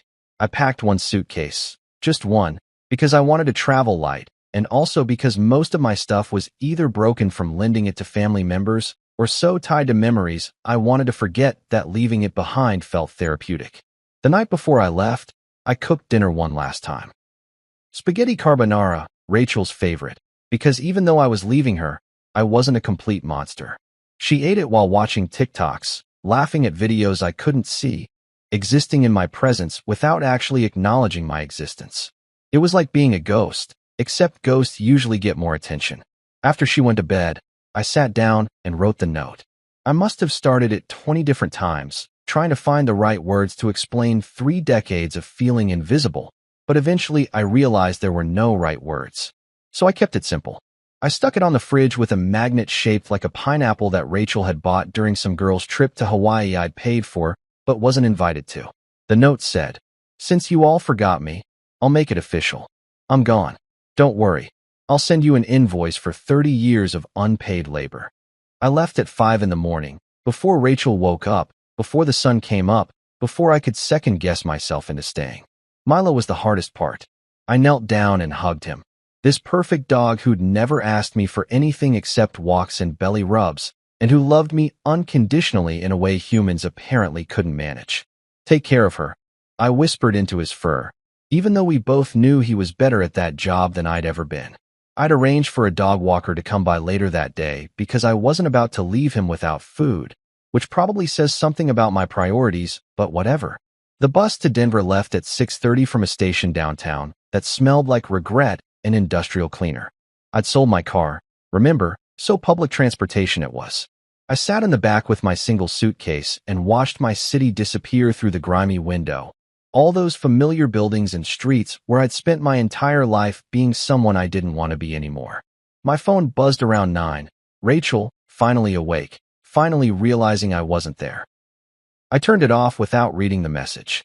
Whatever she had to say, I'd heard it before in 1,000 different ways. I was overreacting, being dramatic, abandoning my responsibilities. But here's the thing. You can't abandon people who never actually had you in the first place. Marcus picked me up from the Denver bus station 16 hours later, looking exactly the same except with better glasses and a beard that suggested he'd given up on impressing anyone. "You look like hell," he said cheerfully, grabbing my suitcase.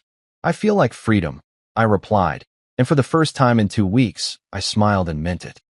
Turns out, rebuilding your entire personality from scratch is kind of like learning to walk again, except instead of taking your first steps as a toddler, while proud parents cheer you on, you're a 30-year-old man trying to figure out if you actually like coffee or if you've just been drinking it for a decade because someone else told you to. Spoiler alert, I didn't even like coffee. I'd been forcing down bitter bean water every morning for years because Rachel said it made me seem more professional, and I'd just accepted that as fact like some kind of caffeinated sheep. Turns out, when you're not performing for an audience that isn't watching anyway, you can drink whatever the hell you want. Revolutionary concept, I know. The apartment above Marcus's shop was exactly as advertised, small, slightly dusty, and filled with boxes of old computer parts that he swore he'd get around to organizing eventually, which in Marcus speak meant never.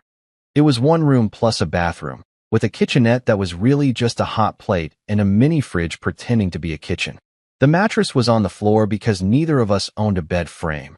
and the only window looked out onto an alley where a stray cat I named Gerald would occasionally scream at 3 in the morning for reasons known only to him. It was, without exaggeration, the most beautiful place I'd ever lived. No memories attached to the walls. No expectations hanging in the air like humidity. No ghost of the person I'd been haunting every corner. Just space, literal and metaphorical. To figure out who Noah Reed actually was when nobody was asking him to be anything else. I started small, because that's what you do when you're basically learning to be human again. First mission, figure out what I actually like to drink in the mornings. I went to a coffee shop, one of those aggressively hip Denver places where everyone has a man bun and opinions about pour-over techniques. And I stood at the counter like an idiot for probably 5 full minutes reading the menu like it was written in Aramaic. The barista, this kid who couldn't have been more than 22 with gauges the size of quarters in his ears, finally took pity on me. First time, he asked, not unkindly. You look lost. I'm trying to figure out what I like, I said, which probably sounded philosophical and weird, but he just nodded like that was a completely normal thing to say at 8 in the morning. Respect, man. Here, try this. He made me something called a honey lavender latte, which sounded like something Rachel would have mocked me for ordering, which meant it was exactly what I needed to try. I took a sip, and holy hell, it was like drinking a hug. Sweet, but not too sweet. Floral, but not like I was eating a bouquet. Warm and comforting in a way that gas station coffee had never been. I went back the next day and ordered the same thing. And the day after that. And the day after that. Until the barista, whose name was apparently Jasper, because of course it was, just started making it when he saw me walk in. Honey lavender for the guy finding himself, he'd announce, and I'd pay my $4.50 and go to work feeling like maybe, possibly, I was starting to become an actual person with actual preferences instead of a collection of other people's expectations wearing a human suit. The haircut was next on my list of small rebellions. I'd been going to the same barber for 8 years. This old-school place near my parents' house where the guy barely spoke and just gave everyone the same conservative cut that made you look like you were about to sell someone insurance. Rachel had insisted on it because it was clean and professional, which I now realize was code for boring and forgettable. So I walked into a different place, a trendy barbershop in downtown Denver with exposed brick walls and a playlist that was actually good, and I told the stylist, a woman with half her head shaved and the other half dyed purple, to do whatever she wanted. Whatever I want, she repeated, like I'd just handed her the nuclear codes. Surprise me. Just make it not scream middle child energy. She laughed so hard she snorted, and then she went to work. 45 minutes later, I walked out with something that actually had style, shorter on the sides, textured on top, the kind of cut that suggested I might have a personality lurking somewhere under the surface. Marcus took one look at me when I got to the shop and said, "Who are you and what did you do with boring Noah?" Which I chose to take as a compliment. But the biggest change, the one that actually required rewiring my entire brain, was learning to say no. Just the word. 2 letters. 1 syllable. Should have been easy, but I'd spent 30 years treating no like a forbidden word, something that would make people angry or disappointed or stop loving me, as if their love was conditional on my constant availability. Marcus became my accidental teacher in this, mostly because he asked me for things constantly and didn't give a damn if I said no. Hey Noah, can you cover the shop tomorrow? I've got a dentist appointment. Old Noah would have said yes immediately, canceled whatever plans he had, and shown up early to make sure everything was perfect. New Noah took a breath and said, "Actually, I can't. I've got plans." I didn't have plans. I was going to sit in my apartment and read a book, which apparently counted as plans now, because reading for pleasure was something I'd forgotten existed during my years of servitude. Marcus just shrugged. Cool, I'll reschedule. And that was it. The world didn't end. He didn't guilt-trip me or make passive-aggressive comments or treat me differently. He just accepted it. Like saying no was a normal thing that normal people did. What a concept. Work itself became this weird source of actual satisfaction, which was a new feeling because working at my dad's company had felt like being a hamster on a wheel. Lots of running, no actual progress, and someone watching you the whole time judging your performance. But at Marcus's shop, I was actually good at stuff. Like, objectively, measurably good. I reorganized the entire inventory system in the first month, implemented a scheduling software that cut our booking confusion in half, and apparently had a gift for explaining technical problems to confused customers without making them feel like idiots, which Marcus said was worth its weight in gold because most tech people have the social skills of angry raccoons. 6 months in, Marcus made me operations manager, which came with a raise and the kind of responsibility that felt earned instead of dumped on me. A year after that, the shop had expanded, we'd hired 2 more people, and I was basically running the whole operation while Marcus handled the technical repairs he actually enjoyed. "You're shockingly efficient when you're not being yelled at constantly," Marcus observed one day, and he wasn't wrong. Turns out, when you work in an environment where people appreciate you instead of expect you to be psychic about their needs, you actually want to do a good job. But the real gift Colorado gave me wasn't the job or the apartment or the honey lavender lattes or even the haircut that made me look like I might be interesting at parties. It was Marcus and his wife, Leah. Leah was basically Marcus's opposite. Organized where he was chaotic, punctual where he was perpetually late, the kind of person who meal prepped on Sundays and actually used her planner instead of letting it collect dust on a shelf. She was a nurse at Denver General, which meant she'd seen enough human suffering that my sad backstory barely registered as a blip, but she was kind about it anyway. They started inviting me to dinners, casual stuff at first. "Hey, we're grilling burgers. Want to come over?" And I kept waiting for the catch, for the moment when they'd ask me to fix their sink or help them move or do literally anything that required me to be useful instead of just present. But it never came. They just wanted me there. They asked me questions about my day and actually listened to the answers. They remembered things I'd mentioned in passing, like how I'd been wanting to try hiking, and then showed up at my apartment one Saturday with extra boots and a trail map. And then, on my 31st birthday, my first birthday in Denver, my first birthday as the new Noah, they threw me a party. Nothing fancy, just the 3 of us and a few people from the shop. But there was a homemade cake that Leah had baked and actual presents that people had actually put thought into. And when they sang happy birthday, I realized I was crying like an absolute baby and didn't even care. Marcus handed me a beer and said, "You good, man?" And all I could say was, "Yeah, I'm good. I'm really good." And the wildest part? I actually meant it. 3 years is apparently the exact amount of time it takes for a person to completely rebuild themselves from the ground up, because by the time my 33rd birthday rolled around, I barely recognized the guy I'd been when I stepped off that bus in Denver with one suitcase and a personality crisis.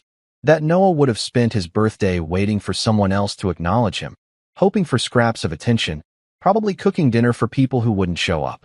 This Noah had planned himself a solo camping trip to Rocky Mountain National Park, had already packed his brand new tent that he'd bought with his own money without feeling guilty about it, and was currently sitting in his significantly larger apartment.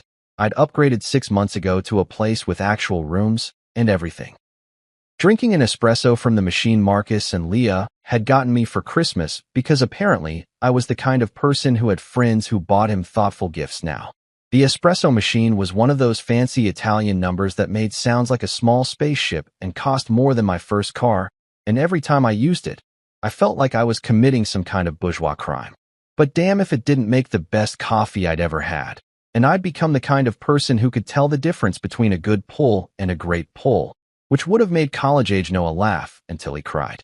I was planning my route for the camping trip, spreading maps across my coffee table like I was plotting a heist, when my video doorbell, another recent purchase, because apparently I'd become a responsible adult with home security, buzzed with that distinctive chime that meant someone was at my door. Now, I lived in a building with a security system that required buzzing people in downstairs, which meant whoever was at my actual apartment door had either been let in by another tenant or had somehow bypassed building security, neither of which seemed particularly comforting. I pulled up the camera feed on my phone, expecting to see a delivery guy with a package or maybe my neighbor Dave who occasionally forgot his keys and needed to use my fire escape. And instead I saw something that made my brain completely short-circuit like someone had poured water into my cerebral cortex. My mother stood there, Martha Reed in the flesh, wearing what I recognized as her very serious business outfit. A cream-colored blazer that probably cost more than most people's rent, perfectly pressed pants, the pearl necklace my dad had given her for their 20th anniversary that she wore when she needed to look like old money. Her hair was done, her makeup was immaculate, and she was clutching her designer handbag. That ridiculous Louis Vuitton thing she'd bought to match one that her friend Patricia had, with both hands like it was a life preserver and she was drowning. But it was her face that really got me. Martha Reed did not do panic. Martha Reed did controlled concern, strategic worry, carefully calibrated distress designed to manipulate specific emotional responses. But this was actual, genuine panic, the kind that made her eyes too wide and her mouth too tight, and her whole carefully constructed facade crack like old paint. And she wasn't alone, because of course she wasn't. Behind her, looking equally uncomfortable in ways I hadn't seen in years, stood Rachel and Eli. Rachel had aged, not badly, but noticeably. She'd cut her hair shorter, and she wasn't wearing makeup, which was weird because Rachel wore makeup to take out the trash. She looked tired in that bone-deep way that suggested she hadn't slept properly in months, and her clothes, while still nice, had that slightly worn quality that came from being worn too many times without replacement. Eli looked even worse, if I'm being honest. My brother, who'd spent his entire life coasting on looks and charm, had developed stress lines around his eyes and mouth that made him look 10 years older than he actually was. His shirt was wrinkled. Eli, Mr. I only wear things that cost 3 figures, was wearing a wrinkled shirt, and he kept shifting his weight from foot to foot like a kid who needed to pee but was too afraid to ask. I stared at my phone screen for a solid 30 seconds, watching this bizarre tableau of my former life standing on my doorstep 1,700 miles from where they should be, trying to process what the hell was happening. Part of me wanted to just not answer, to pretend I wasn't home, to let them stand there until they gave up and left. But curiosity is a powerful drug, and also I'm apparently still enough of a people pleaser that even after 3 years of therapy. Yeah, I'd started actual therapy, with an actual therapist who wasn't Google, and it was amazing. I couldn't quite bring myself to leave my elderly mother standing in a hallway, regardless of how many birthdays she'd forgotten. I opened the door and leaned against the frame, trying to project the energy of someone who was mildly inconvenienced rather than internally screaming. Well, I said, proud of how steady my voice sounded, this is unexpected. My mom's face did something complicated, cycling through relief and guilt, and something that might have been actual emotion before settling on her default setting of controlled urgency. Noah, thank God you're okay. She moved like she was going to hug me, and I took a step back, holding up one hand in the universal gesture for absolutely not. Well, I wasn't dead, I said, but thanks for checking 3 years late. Really appreciate the concern. The sarcasm was thick enough to spread on toast, but apparently my family's ability to miss social cues had not diminished with time. We've been trying to find you. Eli jumped in, and wow, his voice had taken on this whiny quality I didn't remember, like he'd been practicing his victim voice for a talent show. You disappeared, man. Just gone. No forwarding address, no phone number, nothing. Yeah, that was kind of the point, I replied, still not moving from my position blocking the doorway. It's called leaving. People do it when they're tired of being forgotten. I looked at Rachel, who was staring at her shoes like they contained the secrets of the universe. Nice to see you too, Rachel. Love what you've done with your hair. Very I've given up, but in a stylish way. She flinched, which gave me more satisfaction than it probably should have. But I'm only human, and I've earned a little pettiness. Noah, she started, her voice smaller than I'd ever heard it. Can we please come in? We need to talk to you. It's important. Everything's always important when you need something, I observed. But I stepped aside anyway, because apparently 3 years of personal growth hadn't completely eliminated my inability to turn away people I used to care about. They filed into my apartment like refugees entering a safe zone, and I watched their eyes take in my space. The decent furniture I'd bought myself, the framed art on the walls that I'd chosen because I liked it not because it matched a color scheme, the espresso machine gleaming on the counter like a chrome monument to my independence. The camping gear spread across the coffee table advertising the fact that I had plans and a life that didn't include them. Nice place, my mom said, and there was genuine surprise in her voice, like she'd expected to find me living in squalor as punishment for abandoning the family. You've done well for yourself. Turns out I'm shockingly competent when I'm not spending all my time and energy being everyone's unpaid servant, I said cheerfully, moving to lean against my kitchen counter with my arms crossed. So, what brings the Reed family reunion tour to Colorado? please tell me someone died and left me money, because that's about the only reason I can think of that you'd all show up here together." They exchanged glances, that weird silent communication that families develop where entire conversations happen through eye contact. Finally, Eli cleared his throat. We need to talk to you about some stuff. Financial stuff. Financial stuff." I repeated slowly, tasting the words. "Let me guess. Things aren't going great back home." I looked at them more carefully, really seeing them now instead of just reacting to their presence. The worn clothes. The stress lines. The desperation hanging in the air like cheap cologne. "Oh my God," I said, and I started laughing. I couldn't help it. "Oh my God, you're broke. You're all broke, aren't you?" The silence that followed was its own answer, and honestly, it was the best birthday present I could have asked for. The thing about Schadenfreude is that it's supposed to make you feel guilty, like you're a bad person for taking pleasure in other people's misery. But sitting there in my carefully curated apartment, watching my former family squirm on my IKEA couch, which, by the way, I'd assembled myself without calling anyone for help, a personal milestone, I felt exactly zero guilt. Just this warm, glowing sensation in my chest that I can only describe as vindication, having a party with karma, and I'm the guest of honor. They looked wrecked. Not in the fun, we partied too hard way, but in the life has chewed us up and spit us out way that suggested the universe had finally decided to balance its books. My mom was the first to break the silence, because Martha Reed did not do uncomfortable quiet. She cleared her throat with that delicate little sound she made when she was about to say something she didn't want to say, like admitting that the caterer had messed up the hors d'oeuvres or that her favorite reality TV star had been arrested for tax fraud. "Noah, sweetheart," she began, and the sweetheart made my eye twitch because she'd never called me that when I actually lived there. "We heard through some mutual acquaintances that you're quite successful now. Running operations for a tech company," they said, "making quite a good living." "Tech repair shop," I corrected, because accuracy mattered. "And yeah, turns out when you're not constantly being summoned to fix other people's problems for free, you have time to actually be good at your job. Crazy how that works." I grabbed a bottle of water from my fridge, just for me, because I wasn't offering them anything, and took a long sip while they watched like I was drinking liquid gold. "But please, continue. This is fascinating." Rachel jumped in, probably because my mom was taking too long to get to the point. "Your dad's company went under," she said bluntly, and wow, direct Rachel was new and unsettling. "About 18 months ago. The bankruptcy was bad. Really bad." I blinked.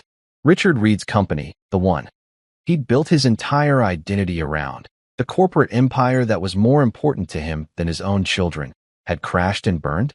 "How bad is really bad?" I asked, genuinely curious now. Like, had to sell the boat bad? Or living in a cardboard box bad? "They lost the house," Eli said quietly, not meeting my eyes. "And the cars. And pretty much everything except Mom's jewelry, which she's been slowly selling to cover basic expenses. The house. The 4-bedroom colonial in the nice neighborhood with the professionally landscaped yard that I'd mowed for free every summer. The house where I'd grown up feeling like a live-in employee rather than a son. Gone." I tried to feel something about that. Sadness, maybe, or nostalgia for childhood memories. But all I felt was a weird sense of detachment, like they were telling me about strangers. "Huh," I said. "That's unfortunate. So where are you living now?" "With Patricia and Bob," my mom admitted, and the shame in her voice was almost palpable. Patricia and Bob were the neighbors she'd spent 20 years competing with, the ones she'd tried to outdo with bigger Christmas decorations and more expensive cars and louder bragging about her children's accomplishments, back when she thought her children had accomplishments worth bragging about. Living with them must have been absolute torture for her ego. "They've been very generous, but it's temporary." "Patricia's been generous?" I said, unable to keep the disbelief out of my voice. "Patricia, I called the HOA on you for having your trash cans visible for 6 extra hours, Patricia. That's gotta sting." My mom's face tightened, but she pushed on. "Your father is trying to start over, but at his age, and with the bankruptcy on his record." She trailed off, which was Martha Reed code for, "It's not going well, and I don't want to say it out loud." "And you?" I turned to Eli, whose whole vibe screamed, "Please don't ask me specifics." "Let me guess. Those investments you were always bragging about tanked." "Crypto," he mumbled, like it was a confession at a church. and some NFTs that turned out to be, worthless. I had to physically bite my tongue to keep from laughing, because of course Eli had dumped money into crypto and NFTs. Of course he had. That was so perfectly on brand for someone who'd spent his entire life looking for get-rich-quick schemes instead of doing actual work. Let me guess, I said. You bought in at the peak, didn't you? Right when everyone and their grandma was talking about how Bitcoin was going to the moon. Can we not do this? Eli snapped, finally showing some emotion beyond shame. I know I messed up, okay? I lost everything. Everything. I'm living in Patricia and Bob's basement, Noah. Their basement that smells like cat piss and broken dreams. To be fair, I said, that's not just Patricia's basement. That's most basements. I turned my attention to Rachel, who'd been unusually quiet. And you, my dear ex-wife? How's life treating you? She looked up, and for the first time, I saw actual vulnerability in her eyes instead of the carefully crafted image she usually projected. I lost my job 2 years ago, she said softly.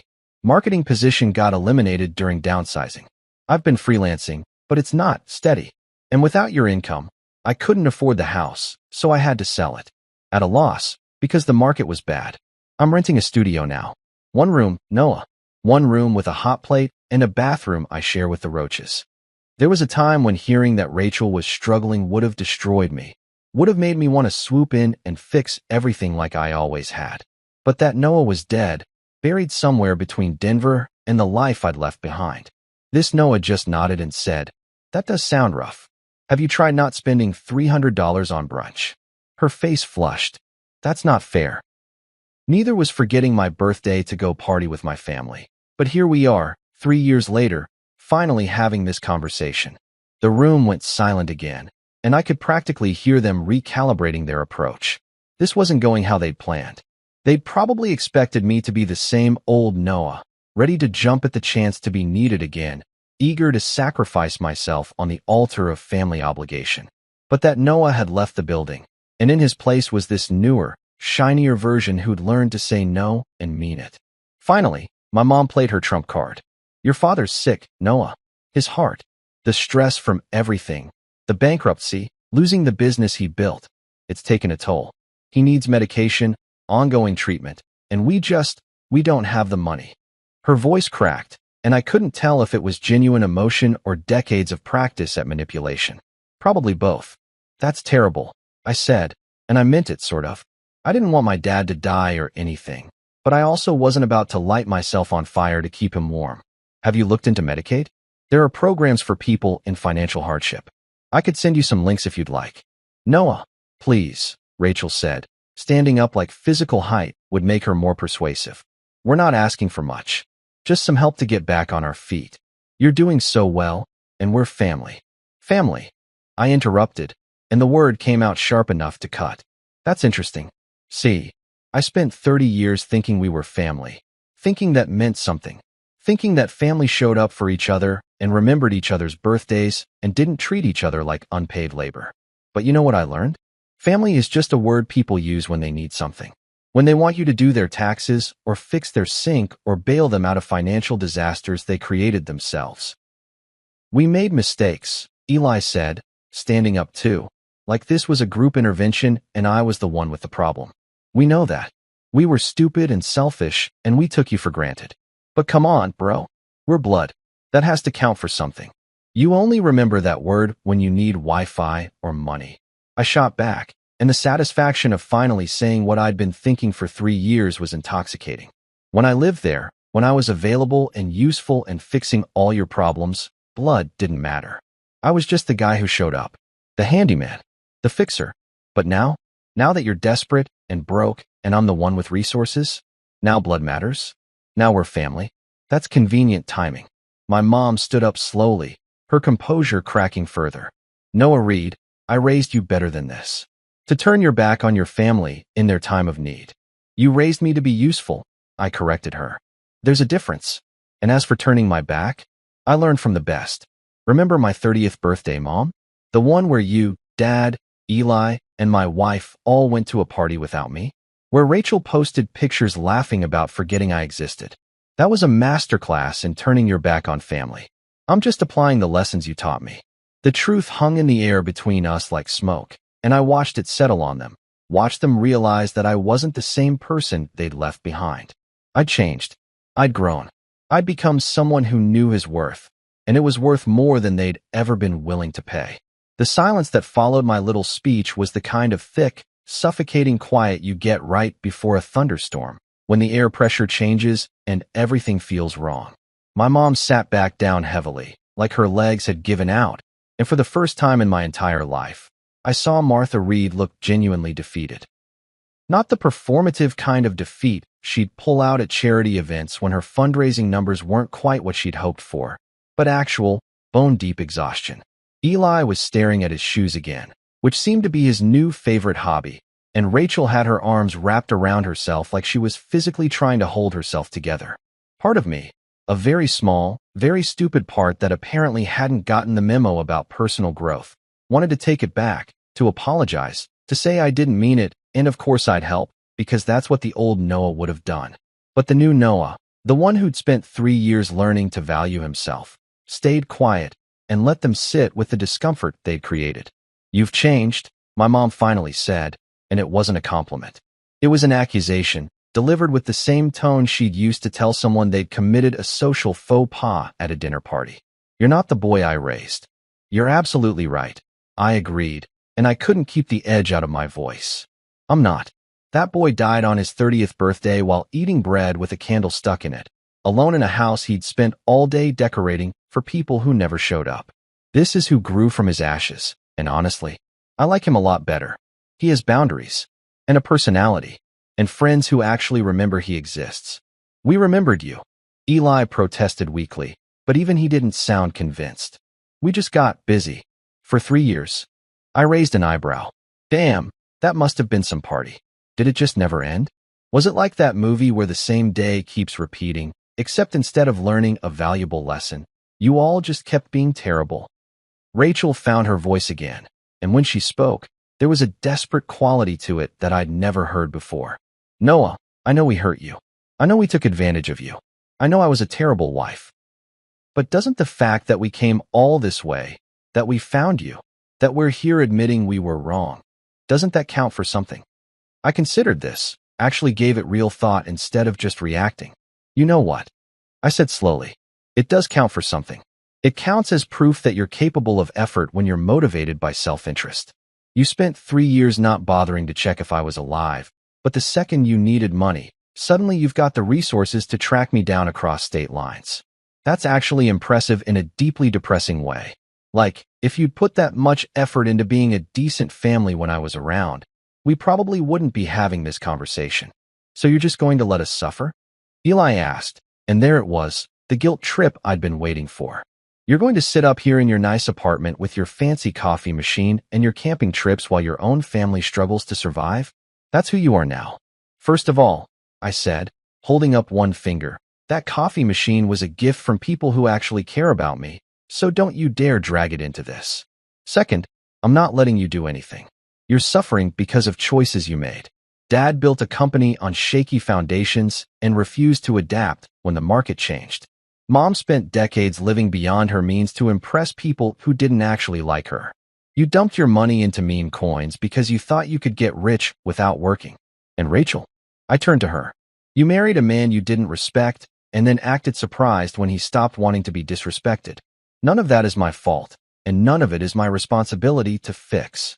My mom stood up again, and this time there was fire in her eyes, that old familiar anger that came out whenever someone challenged her worldview. "How dare you speak to me like that? I'm your mother. I gave birth to you, raised you, sacrificed for you." "Sacrificed what exactly?" I interrupted, and I was done being polite. 3 years of therapy had taught me that sometimes you have to lance the boil to let the infection out, even if it's messy. Your social calendar? Your tennis lessons? Please, enlighten me about all the sacrifices you made, because from where I was standing, the only person doing any sacrificing in our family was me. I sacrificed my time, my energy, my self-respect, my birthday, my marriage, and damn near my sanity, trying to be enough for people who would never see me as more than a tool they could use. "Your father's health," she started, pulling out the big guns, but I cut her off. "Wasn't he at that party too?" I asked, and my voice was calm, eerily calm. That fancy charity gala on my birthday? The one where you all got dressed up and had champagne and forgot I existed? Yeah, I remember. Funny how his health was fine when he was networking with the country club crowd. But now that he needs something from me, suddenly it's a crisis. Guess karma RSVP'd early to that party after all. The look on my mom's face was somewhere between shock and fury, like I'd just slapped her across the face with a fish. Good. Let her feel a fraction of what I'd felt reading that text message, seeing that photo, realizing that the people who were supposed to love me couldn't even remember the day I was born. You know what the funniest thing is? I continued, and I was on a roll now. 3 years of unspoken thoughts pouring out like water from a broken dam. My absence was the best thing that ever happened to me. Best thing. I got a job where people appreciate me. I made friends who show up when they say they will. I learned what I actually like instead of just accepting what other people told me to like. I started therapy, worked through my codependency issues, and built a life I'm actually proud of. I wake up every morning and I don't dread the day. Do you know how revolutionary that is? Do you have any idea what it's like to not spend every waking moment waiting for someone to need something from you? I looked at each of them in turn. My mother with her designer handbag and her wounded pride, my brother with his wrinkled shirt and his cryptocurrency regrets, my ex-wife with her studio apartment and her roaches. And my absence was the worst thing that ever happened to you. Not because you loved me or missed me or valued me as a person, but because I was the load-bearing wall in a house of cards. I was the one keeping everything running, fixing everything that broke, holding everything together while you all just assumed it would always be that way. And when I left, the whole thing collapsed. That's not love. That's dependency. And I'm done being someone's crutch. Rachel's eyes were wet, and I couldn't tell if they were genuine tears or the manipulative kind she'd perfected over years of getting her way. So that's it? She asked, her voice breaking. We drove all this way, admitted we were wrong, asked for help, and you're just going to say no? I'm going to tell you what you should have told me 3 years ago, I said, walking to my door and opening it in the universal signal that this conversation was over. I've got plans. Important plans that don't include you. Camping plans, actually, up in the mountains where there's no cell service and no guilt trips and no one asking me to be smaller so they can feel bigger. And those plans matter more to me than your emergency, because here's something I learned. Your emergency is not my obligation. Not anymore. They stood up slowly, gathering their things with the defeated energy of people who'd just realized they'd already lost a war they didn't know they were fighting.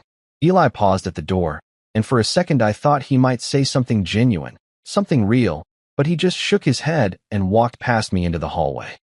Rachel followed, not making eye contact, and I wondered if she was finally understanding what she'd lost or just calculating her next move. My mom was the last to leave, and she stopped in the doorway, turning to face me one more time. You'll regret this, she said, and it was meant to sound ominous, but just came out sad. Family is family, Noah. You can't just walk away from that. Watch me, I replied, and I closed the door. I stood there for a moment, listening to their footsteps fade down the hallway, listening to the elevator ding and carry them away. And then I waited for the guilt to hit, for the crushing weight of family obligation to come crashing down and make me feel like a monster for turning them away. I waited for the voice in my head that had spent 30 years telling me I was only worthy if I was useful, that love was something you earned through service, that saying no made you a bad person. But it never came. The guilt never showed up. Instead, what I felt was relief. Pure, clean, uncomplicated relief. Like I'd just set down a backpack I'd been carrying so long I'd forgotten it was there. They'd left quietly, and I felt nothing but grateful for the silence they left behind.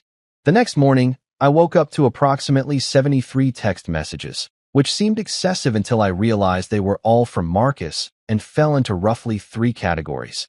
Logistical questions about my camping trip, memes about cryptocurrency failures that he thought I'd appreciate given yesterday's visitors, and increasingly unhinged messages asking if I was okay, because apparently Leah had convinced him I might be having an emotional crisis. Dude, she made me promise to check on you. The last message read.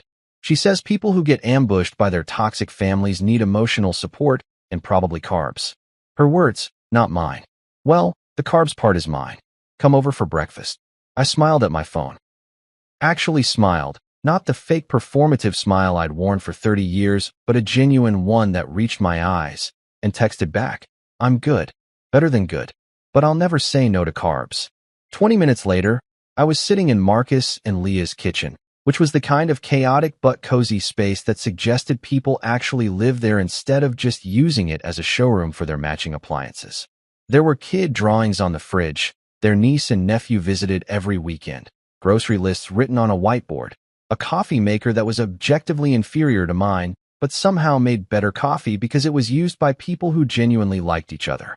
Leah was at the stove making what appeared to be enough pancakes to feed a small army, her scrubs already on because she had a shift at noon, but had insisted on feeding me first. "So," she said without turning around, flipping a pancake with the casual expertise of someone who'd done this 1,000 times. "Marcus told me you had visitors yesterday. Your family." The way she said family had air quotes around it, which I appreciated. "Former family," I corrected, stealing a piece of bacon from the plate on the counter. "They drove all the way from Connecticut to ask for money because apparently karma exists and she's been working overtime." Marcus snorted into his coffee. "Did you give them the money?" "I gave them a life lesson and directions to the door," I said. "Not necessarily in that order." Leah turned around, spatula in hand, and gave me this look that was part proud, part concerned, like a teacher watching a student finally stand up to a bully, but worried about the fallout. "And how do you feel about that?" she asked, which was such a therapist question that I had to laugh. Like I just finished the hardest workout of my life, I admitted. Exhausted, but in a good way. Like I proved something to myself. I paused, trying to find the right words. They wanted me to feel guilty. That was the whole plan. Show up, tell me how bad things are, make me feel like a terrible person for having boundaries, and then I'd crack and become their personal ATM/handyman/emotional support animal again. But the guilt never came. I just felt free. "That's because you did the work," Leah said, sliding a stack of pancakes in front of me that could have fed 3 people. "Therapy, setting boundaries, building a life that doesn't revolve around other people's needs. You earned this freedom, Noah. Don't let them take it from you." We ate breakfast. Well, I ate while Marcus inhaled his food like he was in a competitive eating contest, and Leah picked at hers while stealing bacon from both our plates, and talked about everything except my family. Marcus told a story about a customer who'd brought in a laptop he'd apparently tried to fix himself using duct tape and prayer, which had gone about as well as you'd expect. Leah complained about hospital politics and a coworker who microwaved fish in the break room, which is apparently a violation of the Geneva Conventions. It was normal and boring and absolutely perfect, the kind of mundane conversation that only happens between people who aren't keeping score. I went back to my apartment around 11 to finish packing for my camping trip, feeling lighter than I had in days. I'd just zipped up my sleeping bag when there was another knock on my door, and for a brief, horrible second, I thought my family had come back for round 2. But when I checked the video doorbell, I saw Marcus and Leah standing there with what appeared to be several other people from the shop. Jamie, our newest repair tech who had a concerning addiction to energy drinks. Sarah, who ran our social media, and could make even a broken motherboard look aesthetically pleasing on Instagram. And Tom, our oldest employee who'd been with Marcus since the beginning and had opinions about everything. I opened the door, confused. Did I miss a memo about a staff meeting at my apartment? Surprise, Leah yelled, which was when I noticed she was holding a cake. An actual, honest-to-God birthday cake with candles and everything, decorated with what appeared to be a tent and mountains made of frosting. "We know your birthday's not until tomorrow, but you're leaving for your trip tonight, so we're doing it now." "You guys," I started, and goddamn it, I was getting emotional again. When did I become such a crier? Oh right, when I finally started having feelings that weren't just resignation and exhaustion. "You didn't have to. Shut up and accept the love, Reed," Marcus said, pushing past me with a bag that clinked suspiciously like it contained beer. "We're celebrating whether you like it or not." They filed into my apartment, all 6 of them, and suddenly my space that had felt big enough for one person felt exactly the right size for this many people who actually wanted to be there. Sarah started hanging decorations she'd apparently smuggled in. Paper streamers in my favorite color, which meant someone had paid attention to the fact that I liked forest green. Tom set up his Bluetooth speaker and started playing music that was actually good instead of the terrible top 40 stuff that Rachel used to insist on. Jamie handed me a card that everyone had signed, filled with inside jokes from work and genuine birthday wishes that made my throat tight. Speech, Marcus demanded, popping open a beer and handing it to me. Say something profound about aging or life, or whatever. I'm 33, I protested. That's not old enough to be profound. That's just old enough to finally understand how taxes work. Barely, Leah interjected, lighting the candles on the cake. You asked me 3 questions about your W for last month. In my defense, the W4 is purposely confusing so the government can laugh at us, I said, which got a round of agreement from everyone because apparently universal truths transcend social groups. They sang happy birthday, and it was objectively terrible. Tom was tone deaf, Jamie was too loud, and Marcus changed the words to happy birthday, you magnificent bastard, but it was the most beautiful thing I'd ever heard. These people, who'd known me for 3 years instead of 30, who had no obligation to care about me beyond being coworkers, had shown up to celebrate me. Not because they needed something, not because I'd fixed their problems, not because family obligation had guilt them into it, just because they wanted to, because they thought I was worth celebrating for no reason other than I existed, and they liked the fact that I existed. Leah handed me the cake with its 3 and 3 candles still flickering. Make a wish, she said, and there was something in her eyes that suggested she already knew what my answer would be.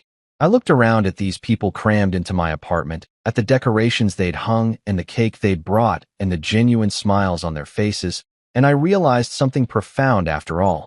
Wishes only work if you're wishing for something you don't already have. And I already had everything I'd ever actually wanted. People who showed up, who remembered, who cared without expecting anything in return. People who celebrated me just for being me, not for being useful. Already came true, I said, and I meant it with every fiber of my being. I'm finally around people who show up. I blew out the candles, all 6 of them, in one breath, because apparently I still had enough lung capacity for that.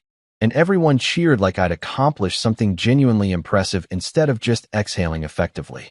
We ate cake, which was homemade by Leah, and therefore 1,000 times better than anything from a grocery store, and drank beer, and told stories about the worst repair jobs we'd ever handled.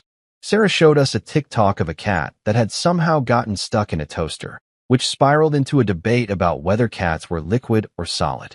Tom insisted that his generation's music was objectively superior, which made everyone groan because he said this at least once a week. Jamie accidentally spilled beer on my carpet and immediately offered to pay for professional cleaning, which I waved off because it was just beer and I owned carpet cleaner, and also because this was what normal friendships looked like. Minor accidents that didn't turn into guilt-laden obligations.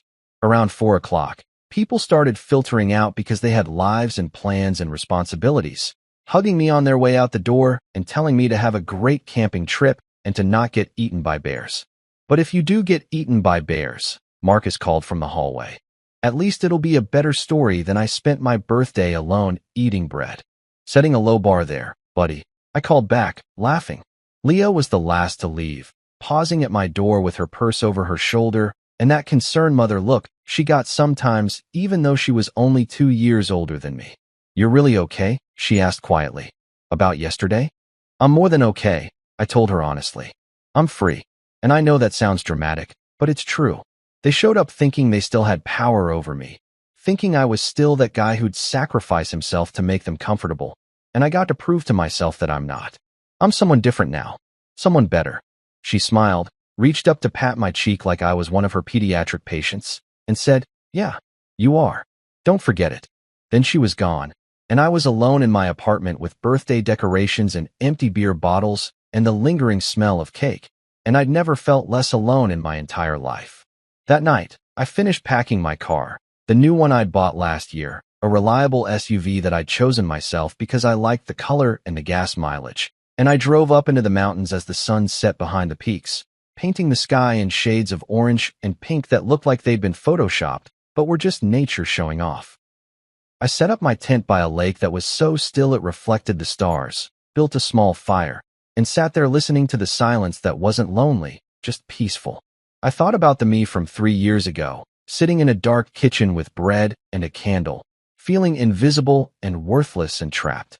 I thought about everything I'd survived, the forgotten birthday, the move to a new state, the hard work of rebuilding myself from scratch, the therapy sessions where I'd cried and raged and slowly learned that I deserved better. I thought about my family showing up desperate and broke, and the guilt that never came, and the relief that filled that space instead. And as I sat there by the fire, warming my hands and watching sparks float up toward the stars like wishes being sent to the universe, I whispered to myself one more time. To the man who finally stopped begging for a seat at the wrong table. The mountains didn't answer, but they didn't need to. I already knew I'd found my place.